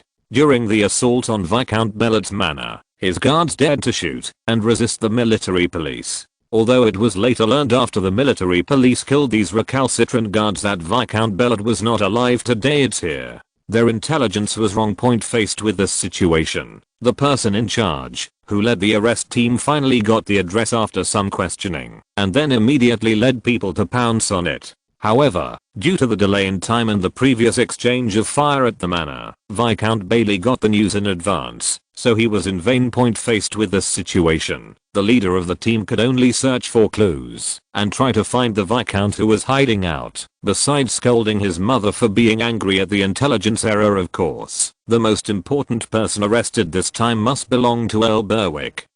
Because he is the leader of this armed rebellion, so his arrest is also the most elite force. The door of Berlin Manor was suddenly knocked open, and a large number of military police rushed directly into the manor. Because Earl Berwick was the most important target to be captured, his intelligence was also given the most importance. Even the construction drawings of Berlin Manor have been obtained by the arrest team, and where there are secret passages and secret rooms are the focus of attention. Of course, in order to prevent possible accidents, the area within 500 meters of the manor was strictly monitored, and the team would not be withdrawn until Earl Berwick was caught.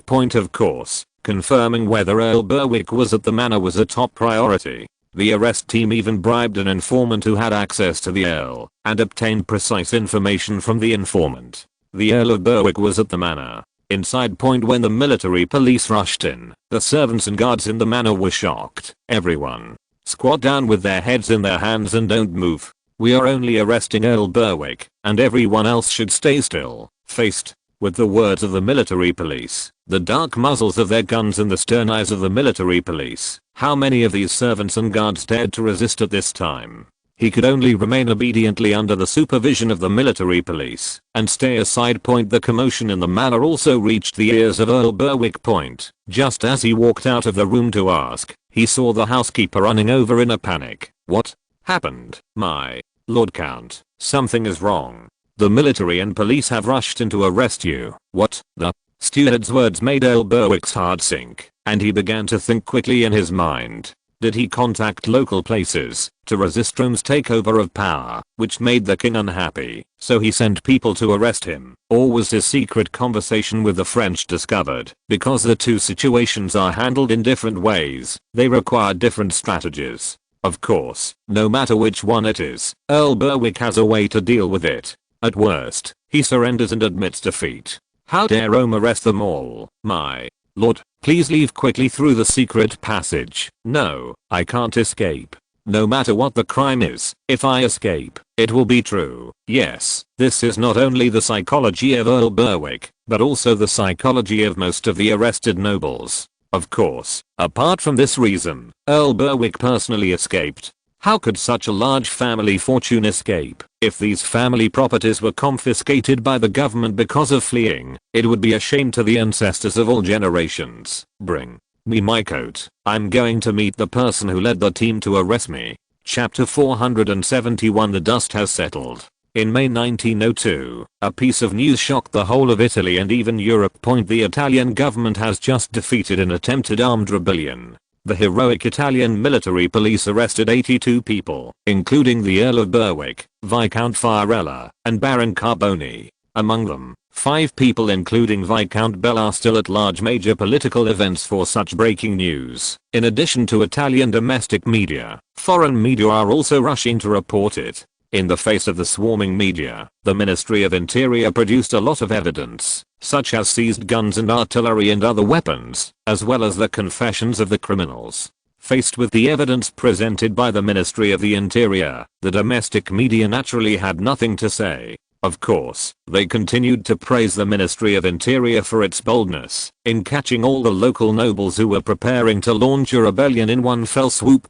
As for the foreign media, they are not so easy to talk to. Many media claimed that this was just a coup by the Italian government because the local nobles were dissatisfied with Rome's takeover of power. Okay, these many wild guesses have really revealed the truth, but is it useful for the Kingdom of Italy? As long as the people accept what they say, it will be fine. The media in other countries can just say that the other country is spreading rumors and causing trouble because it is impossible for the other country to provide evidence. Since there is no evidence, it is just a barking dog, so just ignore it. The arrest of dozens of local figures who resisted Rome's takeover of power sent an even greater shock to the Italian political scene. These officials are very sensitive to politics. Regardless of the charges of these arrested local powerful figures, just look at the actions of the Roman government and you will know that whoever dares to resist Rome's power assumption will not end up better than these big figures. So after these big shots were arrested, Italy's pace of converting regions into provinces suddenly accelerated.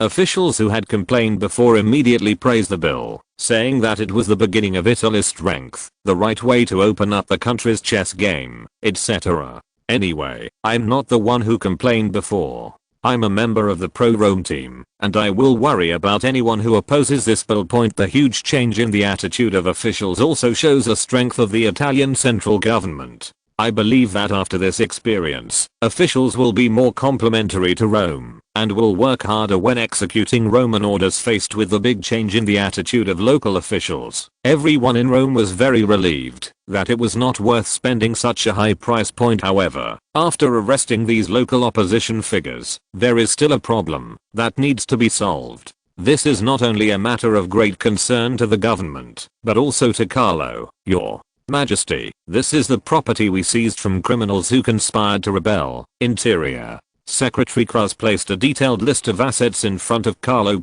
Now Cruz is very ambitious. As soon as he took office, he led the Ministry of Interior to handle such a major case, clearing the way for Rome to take over power. For him and the National Socialist Party, it was a good start. Carlo looked at the list handed over by Cruz very seriously. There were many assets listed on it, such as land, factories, plantations, manors, and a series of other things that could be counted as property. Moreover, this list is very careful, and the prices of each item are also listed at the back, which makes it very neat and standardized at a glance. Of course, at the end of the list, the asset valuation of 710 to 830 million liras is also the reason why the government has not dared to make its own decision. Your Majesty, I wonder what you think about the distribution of these assets, but it's still coming, and Prime Minister Antonio has sounded the clarion call for asset distribution. Your Majesty, our army has been short of funds in recent years, and the total strength of the army has been declining again and again. Your Majesty, please consider our army. General Simeon, Chief of Army General Staff, took the lead by virtue of being one step ahead. Marshal Cadorna, the Minister of War, was in poor health at this meeting, so only General Simeon participated in the meeting. However, even so, Simeon had to do his best to win his due share for the army. Of course, Carlo knew what Simeon said, and he also knew that he had treated the army somewhat poorly over the years, resulting in the army's size decreasing again and again. Its size was already at the bottom among the European powers. This is a last resort choice for the army's new technology research and development and new equipment application. Your Majesty, our prime ministers have also insufficiently invested in the Navy in recent years. The number of main warships in the Navy has dropped to the lowest level in history. Admiral Yagia, the Minister of the Navy, was not an economical person either. After seeing Carlo's expression becoming a little loose, he quickly added, because with his years of experience in seizing military expenditures, His Majesty is proportional to the share allocated to their military.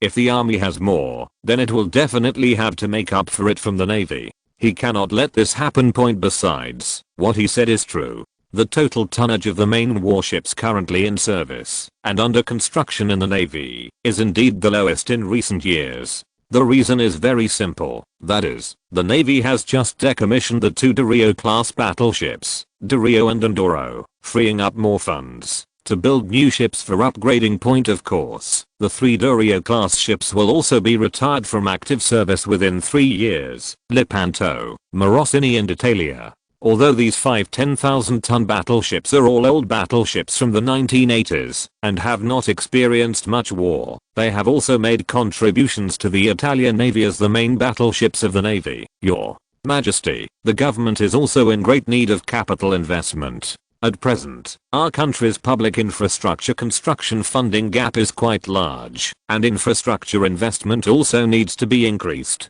Therefore, Your Majesty, the government's funding is also in urgent need. Once the Prime Minister took the lead, several other cabinet ministers followed suit. Your Majesty, our health department intends to continue to promote primary medical care. Your Majesty, our education department plans to increase investment in higher education. His Majesty. Okay. Carlo felt a little dissatisfied with all the chatter. These guys are so poor that they don't care about money when they see it. Well, Italy is not financially wealthy, it is really poor, but it cannot be so disrespectful of dignity just for a small proportion of funding. As for the distribution of funds after the sale of these properties, I think the government can get 65%. As for the remaining 35%, the army and navy should split it half and half. Carlo didn't give them a chance to continue talking and directly divided the funds into proportions. Carlo's words left both the government and the military speechless. After all, the king had already divided the territory, so who dared to make trouble at this time? Prime Minister, what are your plans for these confiscated lands? After Carlo divided the confiscated property, he inquired about the land. Antonio naturally knew what the king was thinking, and he immediately answered, Your Majesty, for the confiscated land, we will give priority to selling it to those tenants. Of course, if it is land that has been completed for industrial farming, it will be sold as an asset first. The Prime Minister's words are also the result of the government's comprehensive consideration. Those large farms that have completed industrial farming will definitely be better and can be sold at a higher price point. As for the land that has not been converted into large farms, of course, priority will be given to tenants who have been cultivating the land. Facing the Prime Minister's answer, Carlo nodded and accepted the government's arrangement. It would be difficult to do anything without money. This royal meeting did not last long, and the Prime Minister and others left soon after. After all, this trip was to discuss the distribution of the confiscated property. Now that the distribution was completed, what else could be done that would warrant the gathering of senior military and political officials? Discussed together. After everyone else left, Carlo glanced at the detailed list of properties in front of him and sighed deeply. Because things were done a bit harshly this time, the nobles had serious opinions about it. Although they were charged with treason and armed rebellion, the fact that so many nobles had their property confiscated also made other nobles feel frightened. It can be said that if the nobles were in awe of the royal family before this, then only fear will remain. For the sake of the kingdom's centralization and financial problems, Carlo was poaching himself to make up for the bigotry of Italy. For Italy, Carlo can be regarded as giving all his efforts. Chapter 470. To the end of the Boer War, the transformation of regions into provinces is in full swing across the country, which is bound to be a good thing for the development of Italy. Of course, apart from Italy, the world situation is still changing. Among them, in the Far East, Russia had promised to withdraw its troops from the northeast, but the British, who had already seen through the Russians' unfaithful nature, did not believe a word of it, so they turned around and found a thug for themselves, and the Anglo-Japanese Alliance Treaty was officially signed. This treaty is aimed at Russia at first glance, because the treaty stipulates that, if the interests of both parties in China and North Korea are invaded by other countries, or caused losses due to internal disturbances, either party can take necessary measures. If one of the contracting states is at war with another state, the other party shall strictly maintain neutrality. This is very telling. Of course, For Japan, being able to form an alliance with the world's most powerful country is a major diplomatic victory worth celebrating. They have long been dissatisfied with Russia occupying the northeast and peaking at North Korea. Now that they have the full support of the British Empire, they have nothing to fear. They should prepare for a war with the Russians. Well, the Japanese are now cheering to be the dogs of the British Empire. As for the British side, they can also be satisfied with finding a thug to curb Russia's expansion in the Far East. Overall, the benefits outweigh the disadvantages for both countries. The Russians in the Far East and the British Empire could find thugs, but in another war, the British Empire would have to rely on itself. In the South African colony, the security war between the British Empire and the Boers continued. Faced with the elusive Boer guerrillas, the majestic British Empire was devastated. The power of modern guerrilla warfare is difficult for even the world's largest British Empire to withstand. In addition, European countries are increasingly criticizing Britain. As for the Boer guerrillas, due to lack of supplies, the militia soldiers were malnourished, ragged, and morale was low. Their supplies were depleted, and they had to rely on the spoils of war to survive. So in 1902, the two parties were finally willing to sit down and talk. In June 1902, Boer representatives representing the two Boer republics, 32 local militia groups, and 165 guerrilla groups met in Vereeniging to discuss the future of war. On June 24th, the British representative Lord Milner came to Vereeniging and met with the Boer representative General Smuts. During the meeting, Milner proposed 12 conditions for peace talks. Its content is, the Boerfield troops and armed citizens lay down their arms, hand over all guns and war material in their possession or under their control, terminate any further attempt to resist the government of His Majesty King Edward VII, and acknowledge His Majesty the King as their lawful sovereign. Boer prisoners of war who had sworn allegiance to the British Crown were to be released immediately. The personal freedom and property of the Boers were guaranteed to be inviolable. General amnesty is granted except for certain violations of the customs of war. English is the official language, but Afrikaans is spoken in schools and courts. The Boers were allowed to keep firearms for self-defense, but they had to apply for a license. To replace military rule in the Transvaal and Orange with civil rule as soon as possible. To establish a system of representative self-government in South Africa when conditions are right.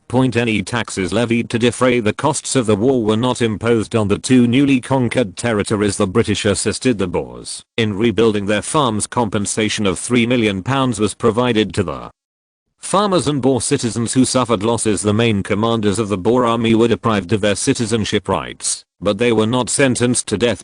Faced with the British conditions, on June 30th, 60 Boer representatives held a vote on whether to give up maintaining independence. The result was 54 votes to 6, and they decided to accept the most critical first article of the peace treaty. On June 31st, the British and Burundi officially signed a peace treaty in Vereeniging. The Anglo-Boer War, which lasted for 32 months, came to an end. The Boer War, which brought great shame to the British Empire, was finally over. In this war, the United Kingdom spent a total of £240 million, which was equivalent to the total financial revenue of the British Empire for more than 2 years, and was enough to build 100 of the most powerful Elizabeth-class battleships. In addition, Britain also mobilized 450,000 troops for the two Boer countries, of which 256,000 were British regular troops, 109,000 British volunteers, 53,000 British colonial troops in South Africa, and 31,000 from Canada, Australia, and New Zealand.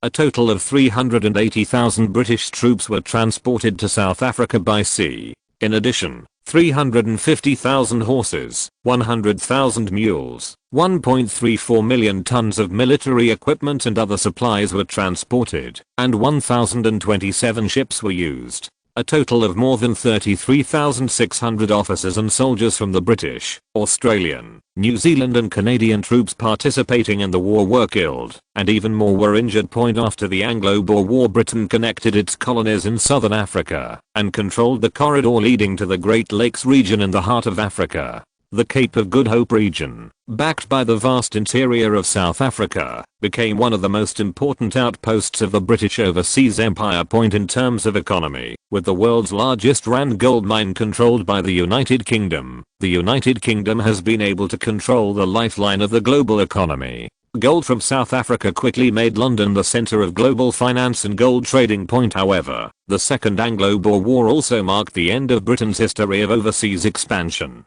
British politicians found that due to the high cost of modern war, it was economically and strategically unfeasible to defend the overseas territories of the British Empire and the British mainland at the same time. The UK should therefore no longer maintain a policy of isolation. After the Boer War, Britain began its strategic contraction on a global scale, transferring part of its overseas sphere of influence to white dominions such as Canada, Australia, and New Zealand, while its own strategic focus shifted back to Europe.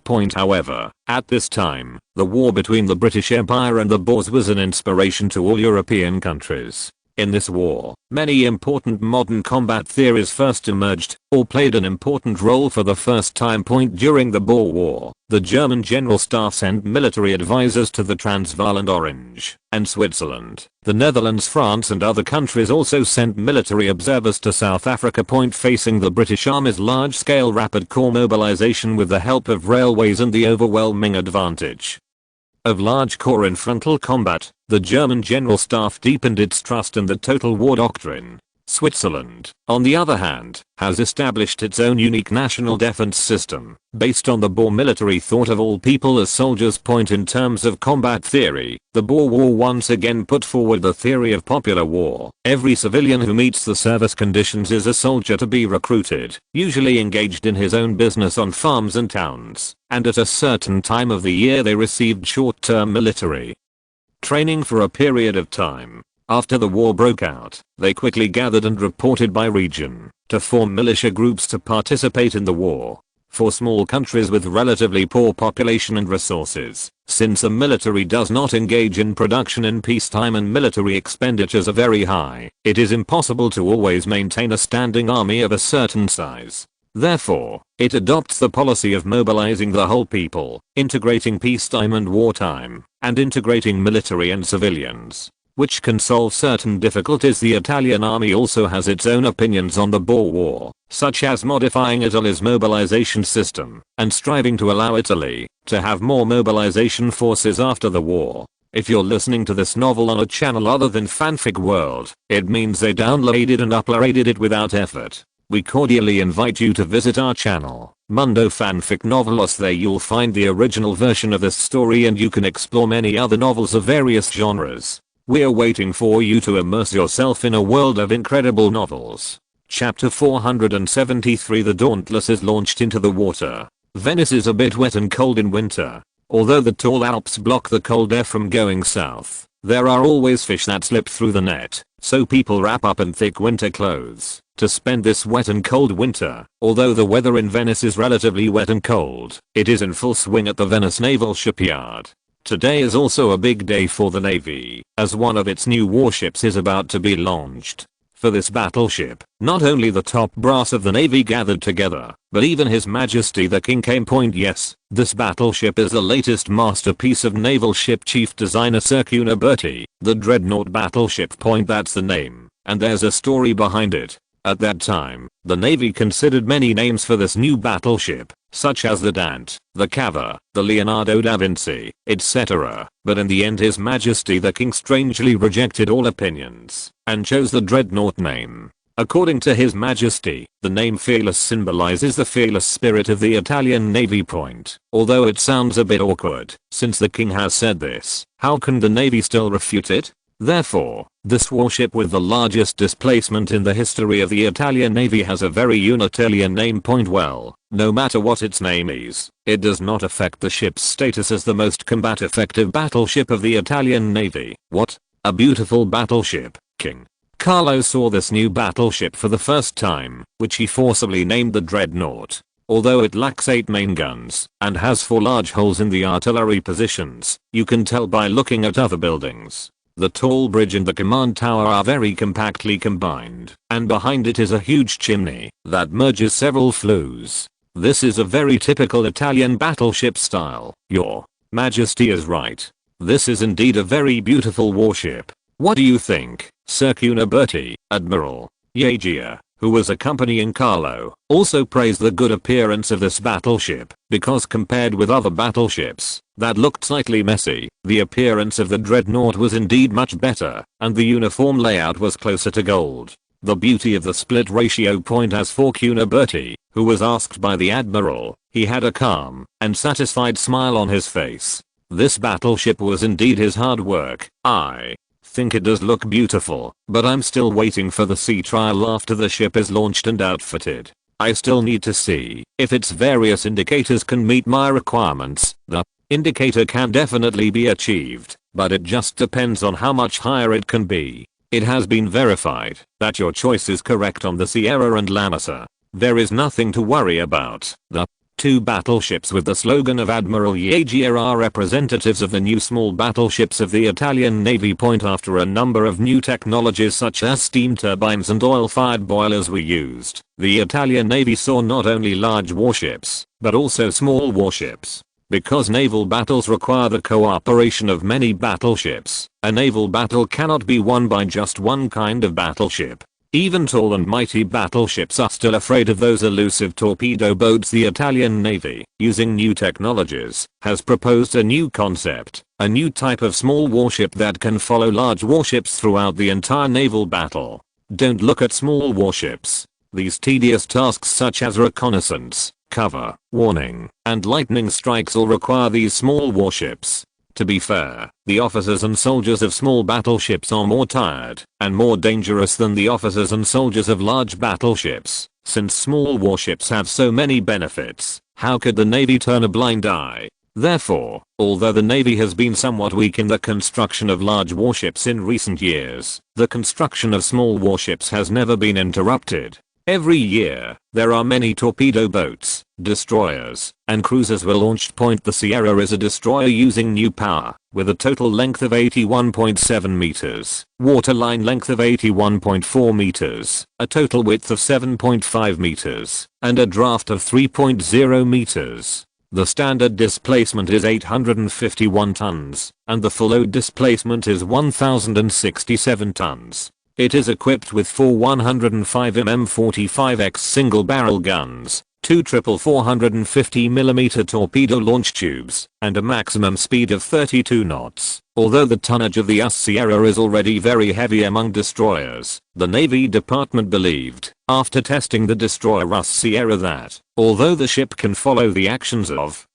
the large fleet, it is still not ideal, and the Navy Department also wants to redefine it. A large destroyer with a displacement of about 1,200 tons. It's just that there are still disputes within the Navy, so it has been unable to make a decision. The Lamasa is a new type of cruiser. Its total length is 118 meters, width is 13.6 meters, draft is 5.8 meters, standard displacement is 3890 tons, and full load displacement is 4527 tons. The important parts of the ship's sides are equipped with 80 to 110mm thick armor. The deck thickness is about 18mm, but some positions are strengthened to 78mm. The command tower is 110mm thick, and equipped with 12 105mm 45x twin guns. 4 75mm guns, equipped with 2 450mm torpedo tubes. The power system is 2 steam turbines and 8 oil-fired boilers, with a power of 26,000 horsepower, a speed of 26.5 knots, and a range of 4,300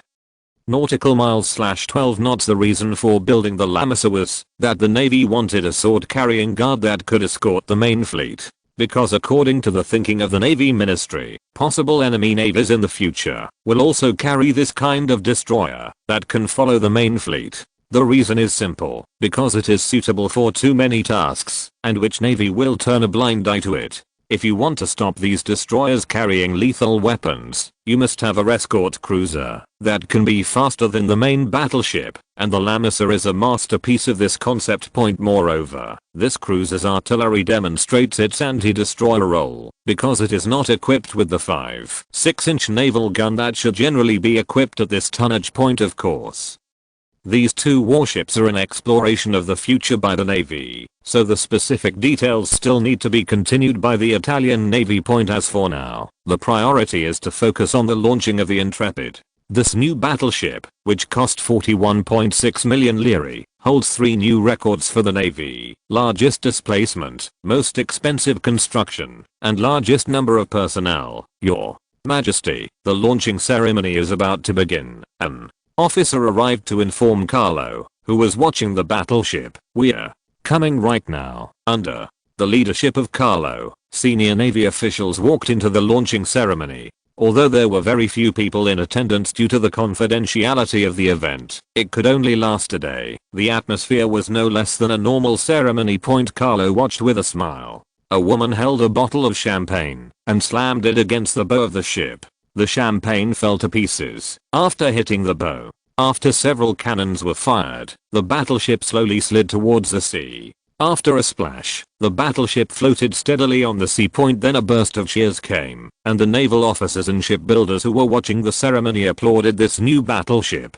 Chapter 474 of a relight machine gun. The newly launched Dauntless is now the Navy's hope for a future large-scale decisive battleship, but the specific situation will not be known until the selenium installation is completed and sea trials are carried out.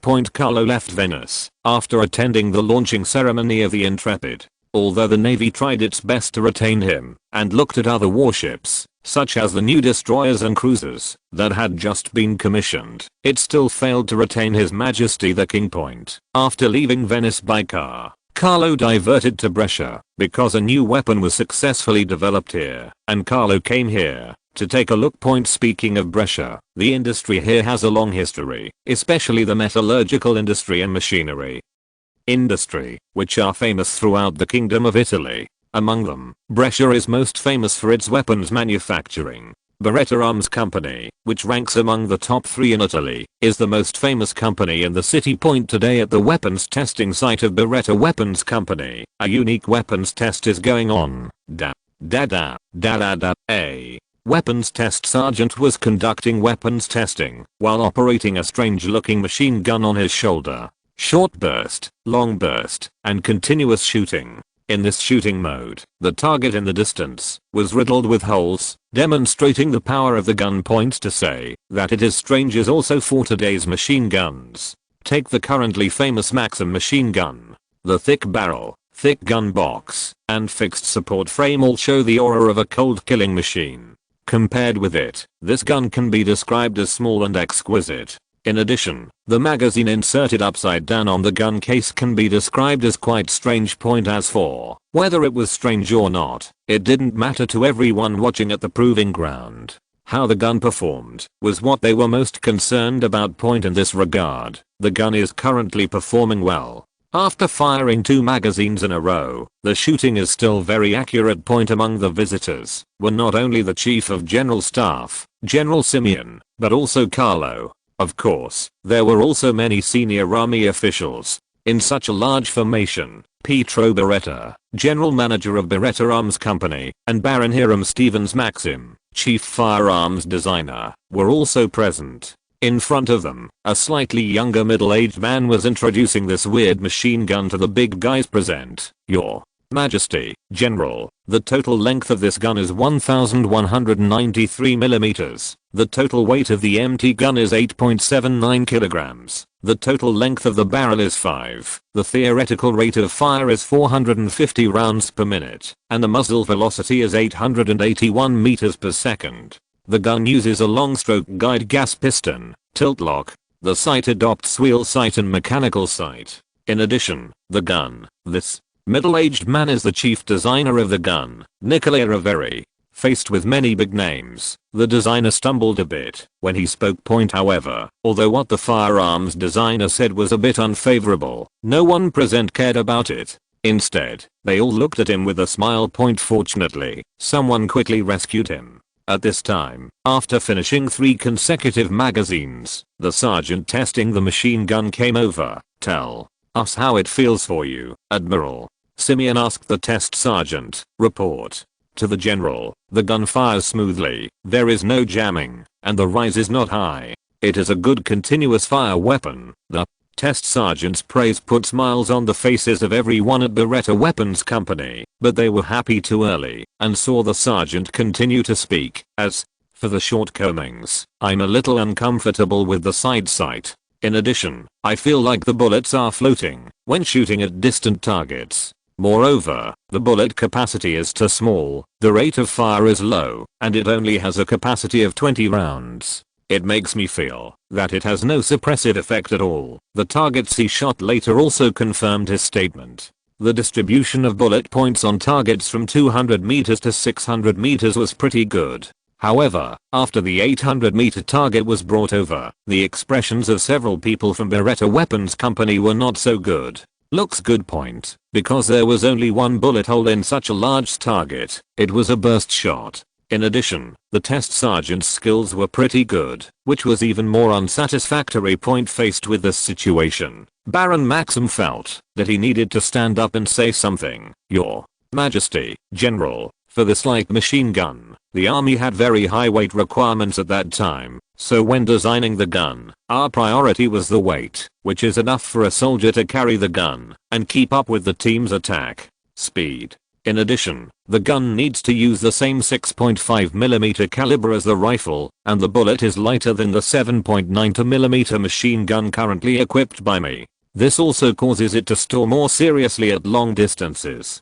The accuracy is poor. If the caliber of the gun is changed to 7.92mm, it will be much better. Of course, there is another reason, because the test sergeant uses the bipod that comes with the gun when shooting, or a tripod. The long distance accuracy will be higher. After Baron Maxim's explanation, everyone present finally accepted his explanation. If the caliber of 7.92mm is used, how much more accurate will the gun be at long distances? An officer asked at this time. Maxim secretly praised this officer. What a good assist. If this is the case, according to our tests, the accuracy of the gun at a distance of 800 meters is guaranteed. The main designer Nikolai Reverie answered this question. Actually, we have used a 7.92mm barrel before, and it feels like it is more accurate at long distances than a 6.5mm barrel. Well, this designer has exposed all his secrets after hearing this answer. Simeon looked at Carlo.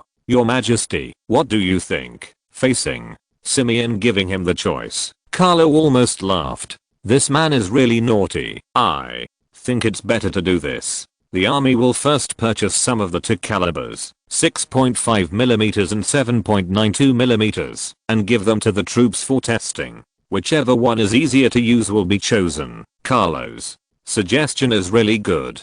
As for the good points, you can feel them by yourself. If you can't feel the good things, it means you don't have enough understanding. Faced with Carlo's conciliatory idea, Admiral Simeon said it immediately without much thought.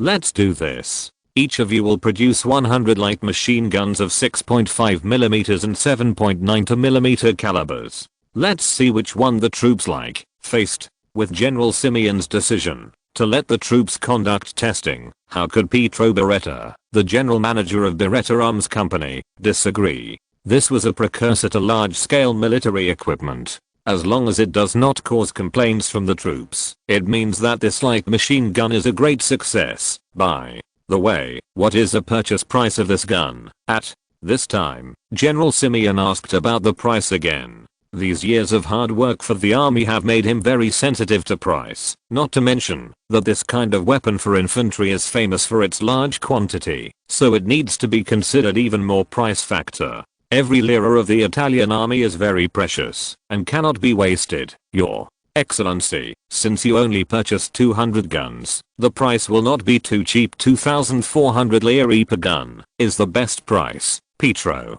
Beretta's words made all the army bosses take a breath. The price must be too expensive. These 200 new light machine guns cost 480,000 liras, which is really not cheap. The purchase price of your company's Maxim heavy machine gun for our army is only 4,500 liras. Your price is too high. At this time, the price of Maxim machine guns was already very cheap. If you only know how to equip it, the price of each Maxim machine gun is as high as 8,000 liras. Moreover, apart from its weight, this light machine gun is incomparable with the Maxim machine gun in terms of performance. Faced with the fact that the army was too expensive, Pietro Beretta was even more desperate to cry out, "I didn't include the research and development costs of this machine gun. These are all manufacturing costs." Although this is the truth, the price makes many people in the army somewhat dissatisfied. But fortunately, General Simeon, as the head of the army, was very sober and saw him speak.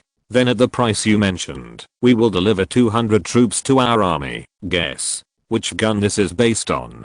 Chapter 475 Great Changes in Parliament. The successful development of the light machine gun and the launch of the Dreadnought made Carlo feel much better during this inspection. He then continued to inspect several major northern industrial cities such as Milan, Turin, and Genoa, and the results were not bad. The development of these cities is very smooth. For example, the steel and shipbuilding industries in Genoa, the military industry and automobile manufacturing industry in Turin, and the textile and steel industries in Milan are all developing very well. With these industries, these cities have attracted many upstream and downstream related industries to develop here. In general, these northern cities did not need much attention from Rome, and they would live well and nourish themselves.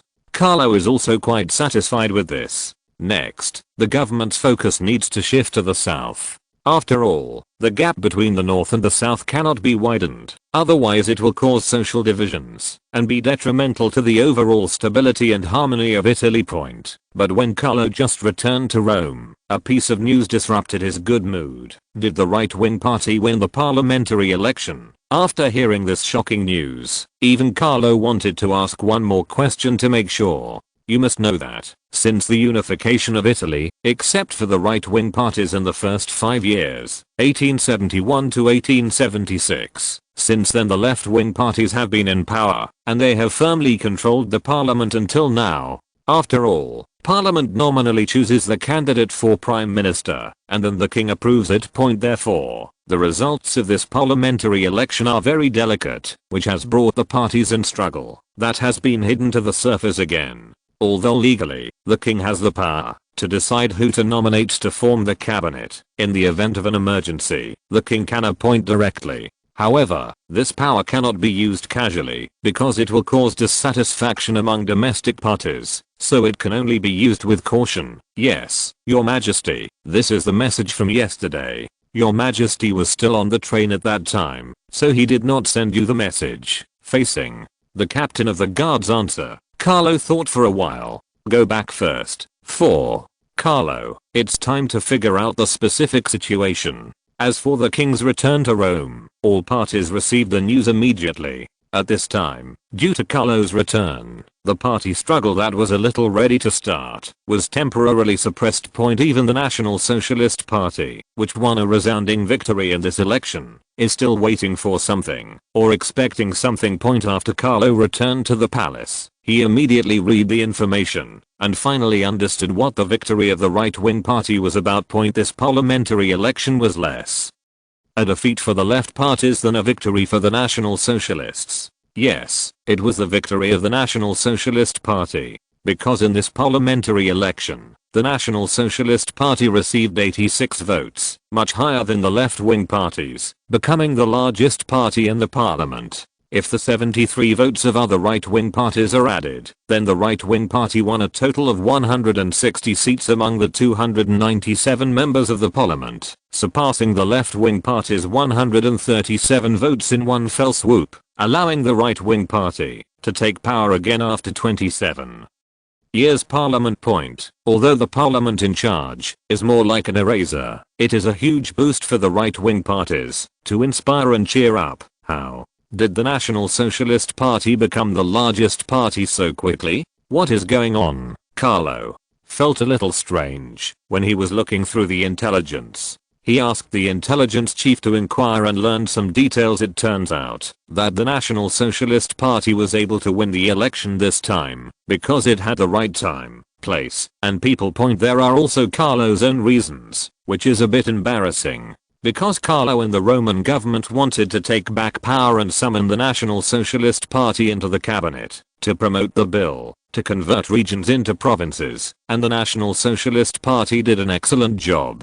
This has greatly improved the views of many people on the Socialist Party in many countries. I think they are a party that is bold and energetic in doing things. Don't underestimate this change. It can bring a lot of popularity to the political party. In addition, left-wing parties are also dissatisfied because Prime Minister Antonio has brought the far-right National Socialist Party into the cabinet, especially the alliance composed of radical far-left figures. Even if Antonio explains this, he still cannot gain the understanding of these radical far-leftists. Out of revenge, the far-left alliance chose to cause trouble for the left-wing parties in this parliamentary election, which directly led to a significant loss of seats for the left-wing parties. There is a sense that heretics are more hateful than heretics. Seeing this, Carlo didn't know whether to laugh or cry, so he pushed the other person. In addition to the National Socialist Party entering the cabinet, there are actually other reasons. For example, the slogans of the National Socialist Party are even more alluring. In a country where Italian nationalism is prevalent, especially in recent years, Italy has developed well, which has made nationalism even higher,